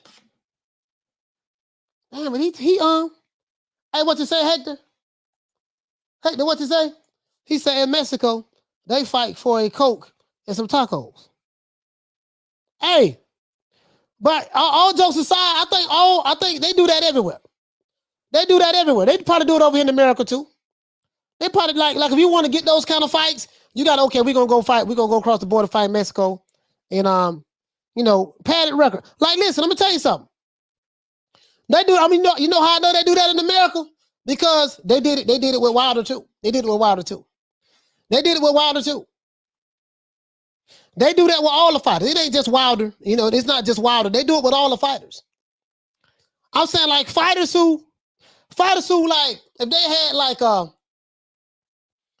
30-0, 30 knockouts, 35-0, 35 knockouts, and they still ain't, okay, who is this guy? Okay, who is that guy? Who the fuck is this? And then you look at some old video footage, you be like, man, this dude got boxing trunks on. No, he got a short set on with some Reeboks. Like, that's what they do, dog, for real. They do that, bro. They do that. They do that. All bullshit aside. They do that over here in America too, dog. It ain't just the UK. I can't even put that on the UK. They do that in America too, dog. They do that in America too. They do that in America too, dog. They be, and listen, my question is this: how do you have a guy with 74 losses? Like, at some point, do the athletic commission just say, hey, you know what, man, dog, boxing ain't for you. You got 74 losses. This shit ain't really for you, man. Like, how does that help a fighter's career? Like, I understand in a fighter having a step-up fight. I get it. You got to have a step-up fight, a tune-up fight, but this is ridiculous. You feel me? You feel me, though? Like, Khan says, he says maybe the guy is a paid diver, but he going the distance. He not even taking the dive. He only been stopped 5 times. He only been stopped 5 times. He ain't even taking, listen, bro, listen. The man is going the distance. He not even taking the dive, bro. Like, why take that kind of punishment? Why take that kind of punishment? You feel me? Why take that kind of punishment? You know, if you're going to dive. You know, If you're gonna dive, okay, dive. But why take that kind of punishment? That's all I'm saying. That shit don't even make no sense, bro. Like, come on, man. At some point in time, you got to think about, and I heard in the UK, they think about the health of the fighter all the time. They stop the fights. They make sure people don't get knocked out too tough. You know what I mean? Like, if I had a fighter, if I'm a promoter, right? Check this out. If I'm a promoter, why would I put my, you know, I guess if that's your first fight, professional fight, you will put your fighter in there with a guy like that. If that's your first professional fight. But God, but at some point in time, like, you know, dog, look here, bro. Like, I know you want to fight, but man, listen, man, this shit ain't working out for you. You get what I'm saying? You get what I'm saying, though? At some point in time. He says, imagine being one of the two fighters. Imagine being one of the two fighters he beat. Yeah, just imagine that. Him being one of the two fighters he beat. Yeah, you're right about that. Like, damn, I lost to this nigga. This motherfucker here guy. Bro, listen, if he got two, as a matter of fact, we could probably pull up the fighter. The fighters who he beat probably got a worse record than he got. They probably say, yeah, we're gonna fight this guy. We're gonna fight this guy, you know, we're gonna fight this guy, he got, you know. Hold on, guys. Let the old boy, you know, let the old boy burn a little bit of something. You get what I'm saying, though? Hold on.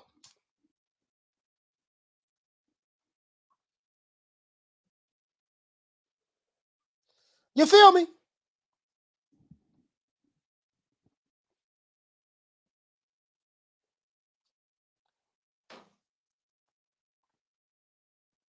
I'm just saying, though. Just imagine being one of those dudes. Gotta get my hair right.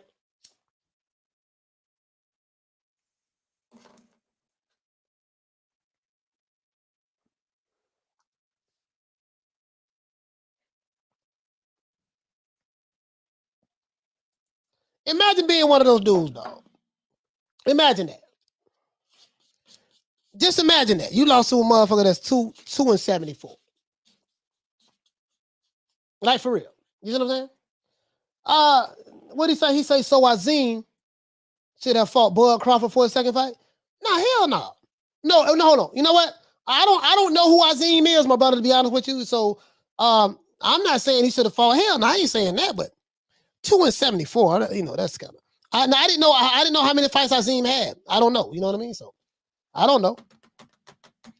I don't know how many fights. I don't know how many fights Azim had, my brother. So I'm in the blind about it. To be honest with you, on Ghost, I'm in the blind about it, dog. But I'm just saying, a guy who has 2-74, like, at what point in time do somebody say, you know what, dog, this shit ain't for you? At one point in time, do you say that? This ain't for you, dog. At one point in time, do you say this ain't for you? The man got 74 losses. Goddamn. Like, what's the point? Like, what's the point at this point? He got 74 losses. What's the point? You see what I'm saying? Doesn't make any sense. It doesn't make any sense. And this ain't no shade. This ain't no shade. You know what I mean? This ain't no shade, bro. It don't, you know, got my little ground around. It don't make no sense. I had to smoke one on that, bro. I literally had to smoke one on that. Carl, what you say? He said he's probably a professional pro crabber now. Shout out to Hector. He said pass, coach. Hey man, listen, man. Listen. The stickiest of the icky. You want to smoke with the old boy Rick James? Hey man, I had to get my head right, man. I had to get my head right quick. See what I'm saying? Hey man, listen, I'm telling you what it is, bro. As I said before, bro, you got 74 losses, there's no need. This is what's going on in boxing, though. You know, they do this in America too. They do this, Canelo had a bunch of goddamn fights in Mexico too. Shit, I'm just being honest. I'm being honest now. Oh, you know, Canelo, Wilder, I ain't saying Wilder had a bunch of fights in Mexico. Canelo did. Julio Cesar Chavez. Chavez came to America. He was 200-0 when he came over. Of course, I'm being facetious, but now Chavez was a bad motherfucker. Now, I ain't gonna take nothing for Chavez. He was a bad mofo, but he was 200-0 when he came over. Now, he was like 80-something, something like that. I'm just being honest with you. That goes on everywhere. This is facts. Not taking anything away from the fighters, but this is facts. That shit go on, dog. As you can see, 2-74. Tells you everything you need to know. He said, Coach, the screen going funny. Oh, yeah, it was, you know. Oh, okay. No, I look all right. I look all right. He say Chavez robbed Whitaker. I ain't gonna say Chavez robbed them. It was the judges. You know, Chavez was a Don King fighter now. He was a Don King fighter. So they made it a draw. But Chavez damn so got beat in that fight. He got beat in that fight. Rady, what you say, fam? He said, imagine being so tight, you went and throw them some silver. Man.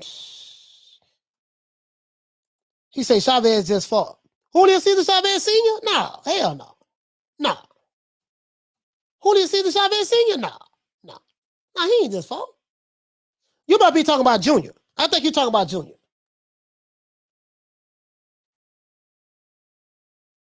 I think you're talking about Junior. I think you're talking about Junior. My brother, I think you're talking about Junior. Senior ain't fighting no goddamn body, man. That man too old right now. I think Senior in his 60s. He ain't fighting, bro. But Chavez, Julio Cesar Chavez, that was a bad mofo, but I ain't gonna lie to you, though. He was a bad boy, man. He says, Coach, have you heard anything new about Free Red Rican and young lad Kid Austin as of late? No, I follow Kid Austin on Twitter. I mean, on Instagram, they be posting stuff. Him and his dad. What's happening with Rick Glazer too, bro? It's gonna be soon again. Oh yeah, I gotta call Rick up. I gotta call him up. I gotta call him up, invite him back on the show. You know what I mean? Well,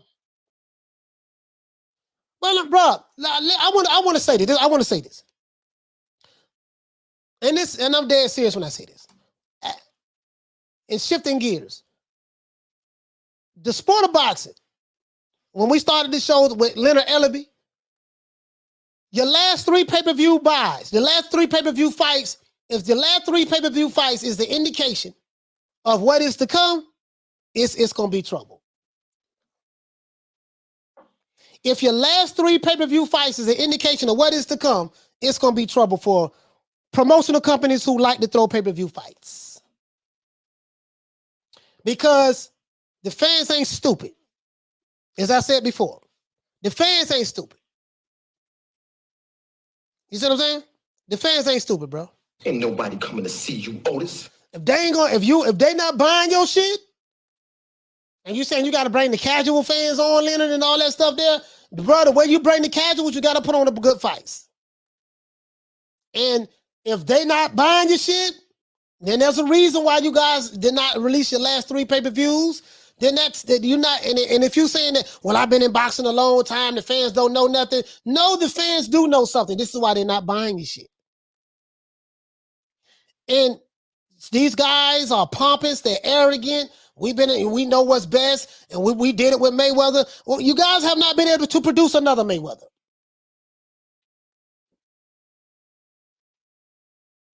Okay, if it was that easy, to produce another Mayweather, make another Mayweather. Haven't been able to do it. So, Leonard, I think, sir, with all due respect, you know you're my favorite promoter. I know, even though you blocked me on Twitter, I know you're my favorite promoter, but I had to smoke some weed on this to come down a little bit. I think, sir, that you need to listen to the people. You need to listen to the people, bro, because ain't nobody buying no shit. Especially they got a great fight last night. With Kell Brook and Amir Khan, and they just got a great fight last night, man. And the people, it's the market. The market going to determine what's what and what we willing to pay for, and what we not willing to pay for. And until you promoters who like to throw pay-per-view in America, we ain't gonna say no names, but to the promotional companies who like to throw pay-per-views in America, if you want to, if your fighters, these fighters want to make all of this money on the back end, quote unquote, ain't no back end, but back end, quote unquote. You can't get nothing from nothing. If motherfucker ain't buying your shit, you need to give them the fights that they want. And that's all I got to say. That's all I got to say. He said, Coach, I think PBC is looking to sign MJ Hall. They want to keep him in-house. Bro, I'm just saying, bro. I'm just saying. Hey, man, I'm just being real, bro. I'm giving everybody a round of applause, bro. I'm just being real. That shit ain't gonna last, dog. That shit, you don't have to listen to the fans. We don't know shit. We don't know what we talking about. And the Jake Paul pay-per-view, that shit ain't do good neither. Him and Tyrone Woodley, that shit ain't do good. I'm telling you, bro, y'all gotta start listening to the fans. Until you listen to the fans, this is what it's gonna be. Can you listen to the fans? This is what it's gonna be. I gave everybody a round of applause. We're gonna go out and do this OJ the Jew Man style, man. Salute to my brothers and sisters in the chat. Shout out to my main man, Tony Boswell. Salute to my brother Troy Graham. Shout out to my brother Retro Boxing and Documentary. Shout out to AV Sounds. Shout out to George H. Shout out to Alex Corona. Shout out to Kathy W. Shout out to Dean West. Salute to Jim 82. Shout out to Dragon Leg. Shout out to Two Matador. Shout out to CB3. Shout out to Miguel Charco. Shout out to Karma Serene. Shout out to Juan Carrillo. Shout out to Corrillo. Sorry about that, my brother. Shout out to Major Key Boxing. Shout out to Arnold. Shout out to Jay Miller. Shout out to Will Sargentson. Shout out to Here to There. Shout out to True Gritter 402. Shout out to Malcolm Roach. Shout out to Hair Hero Elite. Shout out to Jay Rodriguez. Shout out to Folabon. Shout out to Philo 58. Shout out to Ralph Reacts. Shout out to my brother Ron Boy Fresh. What up, Slim? Shout out to Dante Starnes. Shout out to my main man Ronald Finkley. Shout out to Charles N. Shout out to Chick. What's going on, brother? Shout out to my main man Hector Garcia. Shout out to my brother Damian Bennett. Shout out to Lonnie Laughlin. Shout out to the Queen of Green Eyes Feet. Shout out to my brother Charlo. Salute. Shout out to Ahmed. What's going on? Shout out to Jaguar Thama. Shout out to Knockdown 305. Shout out to Thomas Jones. Shout out to Jason Dockery. Shout out to the Queen Fistiana Fights. Shout out to Misfit. Shout out to my brother Retro Boxing and Documentary. Salute to my brother, man. Shout out to Schoolo X-Man. Shout out to Mark Nash. What's going on, my brother? Shout out to Rider of the Storm. Salute to Carl Hansen. Salute to my brother Philly Fly. Shout out to Adrian Big 30. Shout out to the Queen Bless 365. Shout out to Ace Need. Shout out to who else we have? Paul Evans. Salute. Shout out to Mr. Pads. Salute to the Queen Arlette. Shout out to the Queen Lisa Bells. Salute to James Brown. Shout out to my brother Smith and West in the building. Shout out to my brother Diallo Huggy, and salute to my brother, my main man, Punch Perfect Boxing. Shout out to the sisters I may forgot. Shout out to Lady Shan. Shout out to Ava. Salute to the Queen Ava. Shout out to the Queen Deborah Booker. Salute to you. Salute to you, sis. And I think that's it. Shout out to the Queen Nick Rich. And shout out to the Queen Karma Serene as well. And Kathy W. Other than that, that's it. It's our boy Coach Malachi Williams signing out. New media today, USA Boxing. I'm going to see you guys 3 o'clock Eastern Standard Time. You know me, man. Hey, man, don't meet me there. Beat me there. See you guys tomorrow, man, 3 o'clock. We going to be on, man. You know how we rock out. We going to be on. We going to have a damn good show. Holla at you guys, man. Peace. Man, I'm out of here, bro. Let's go. Come on.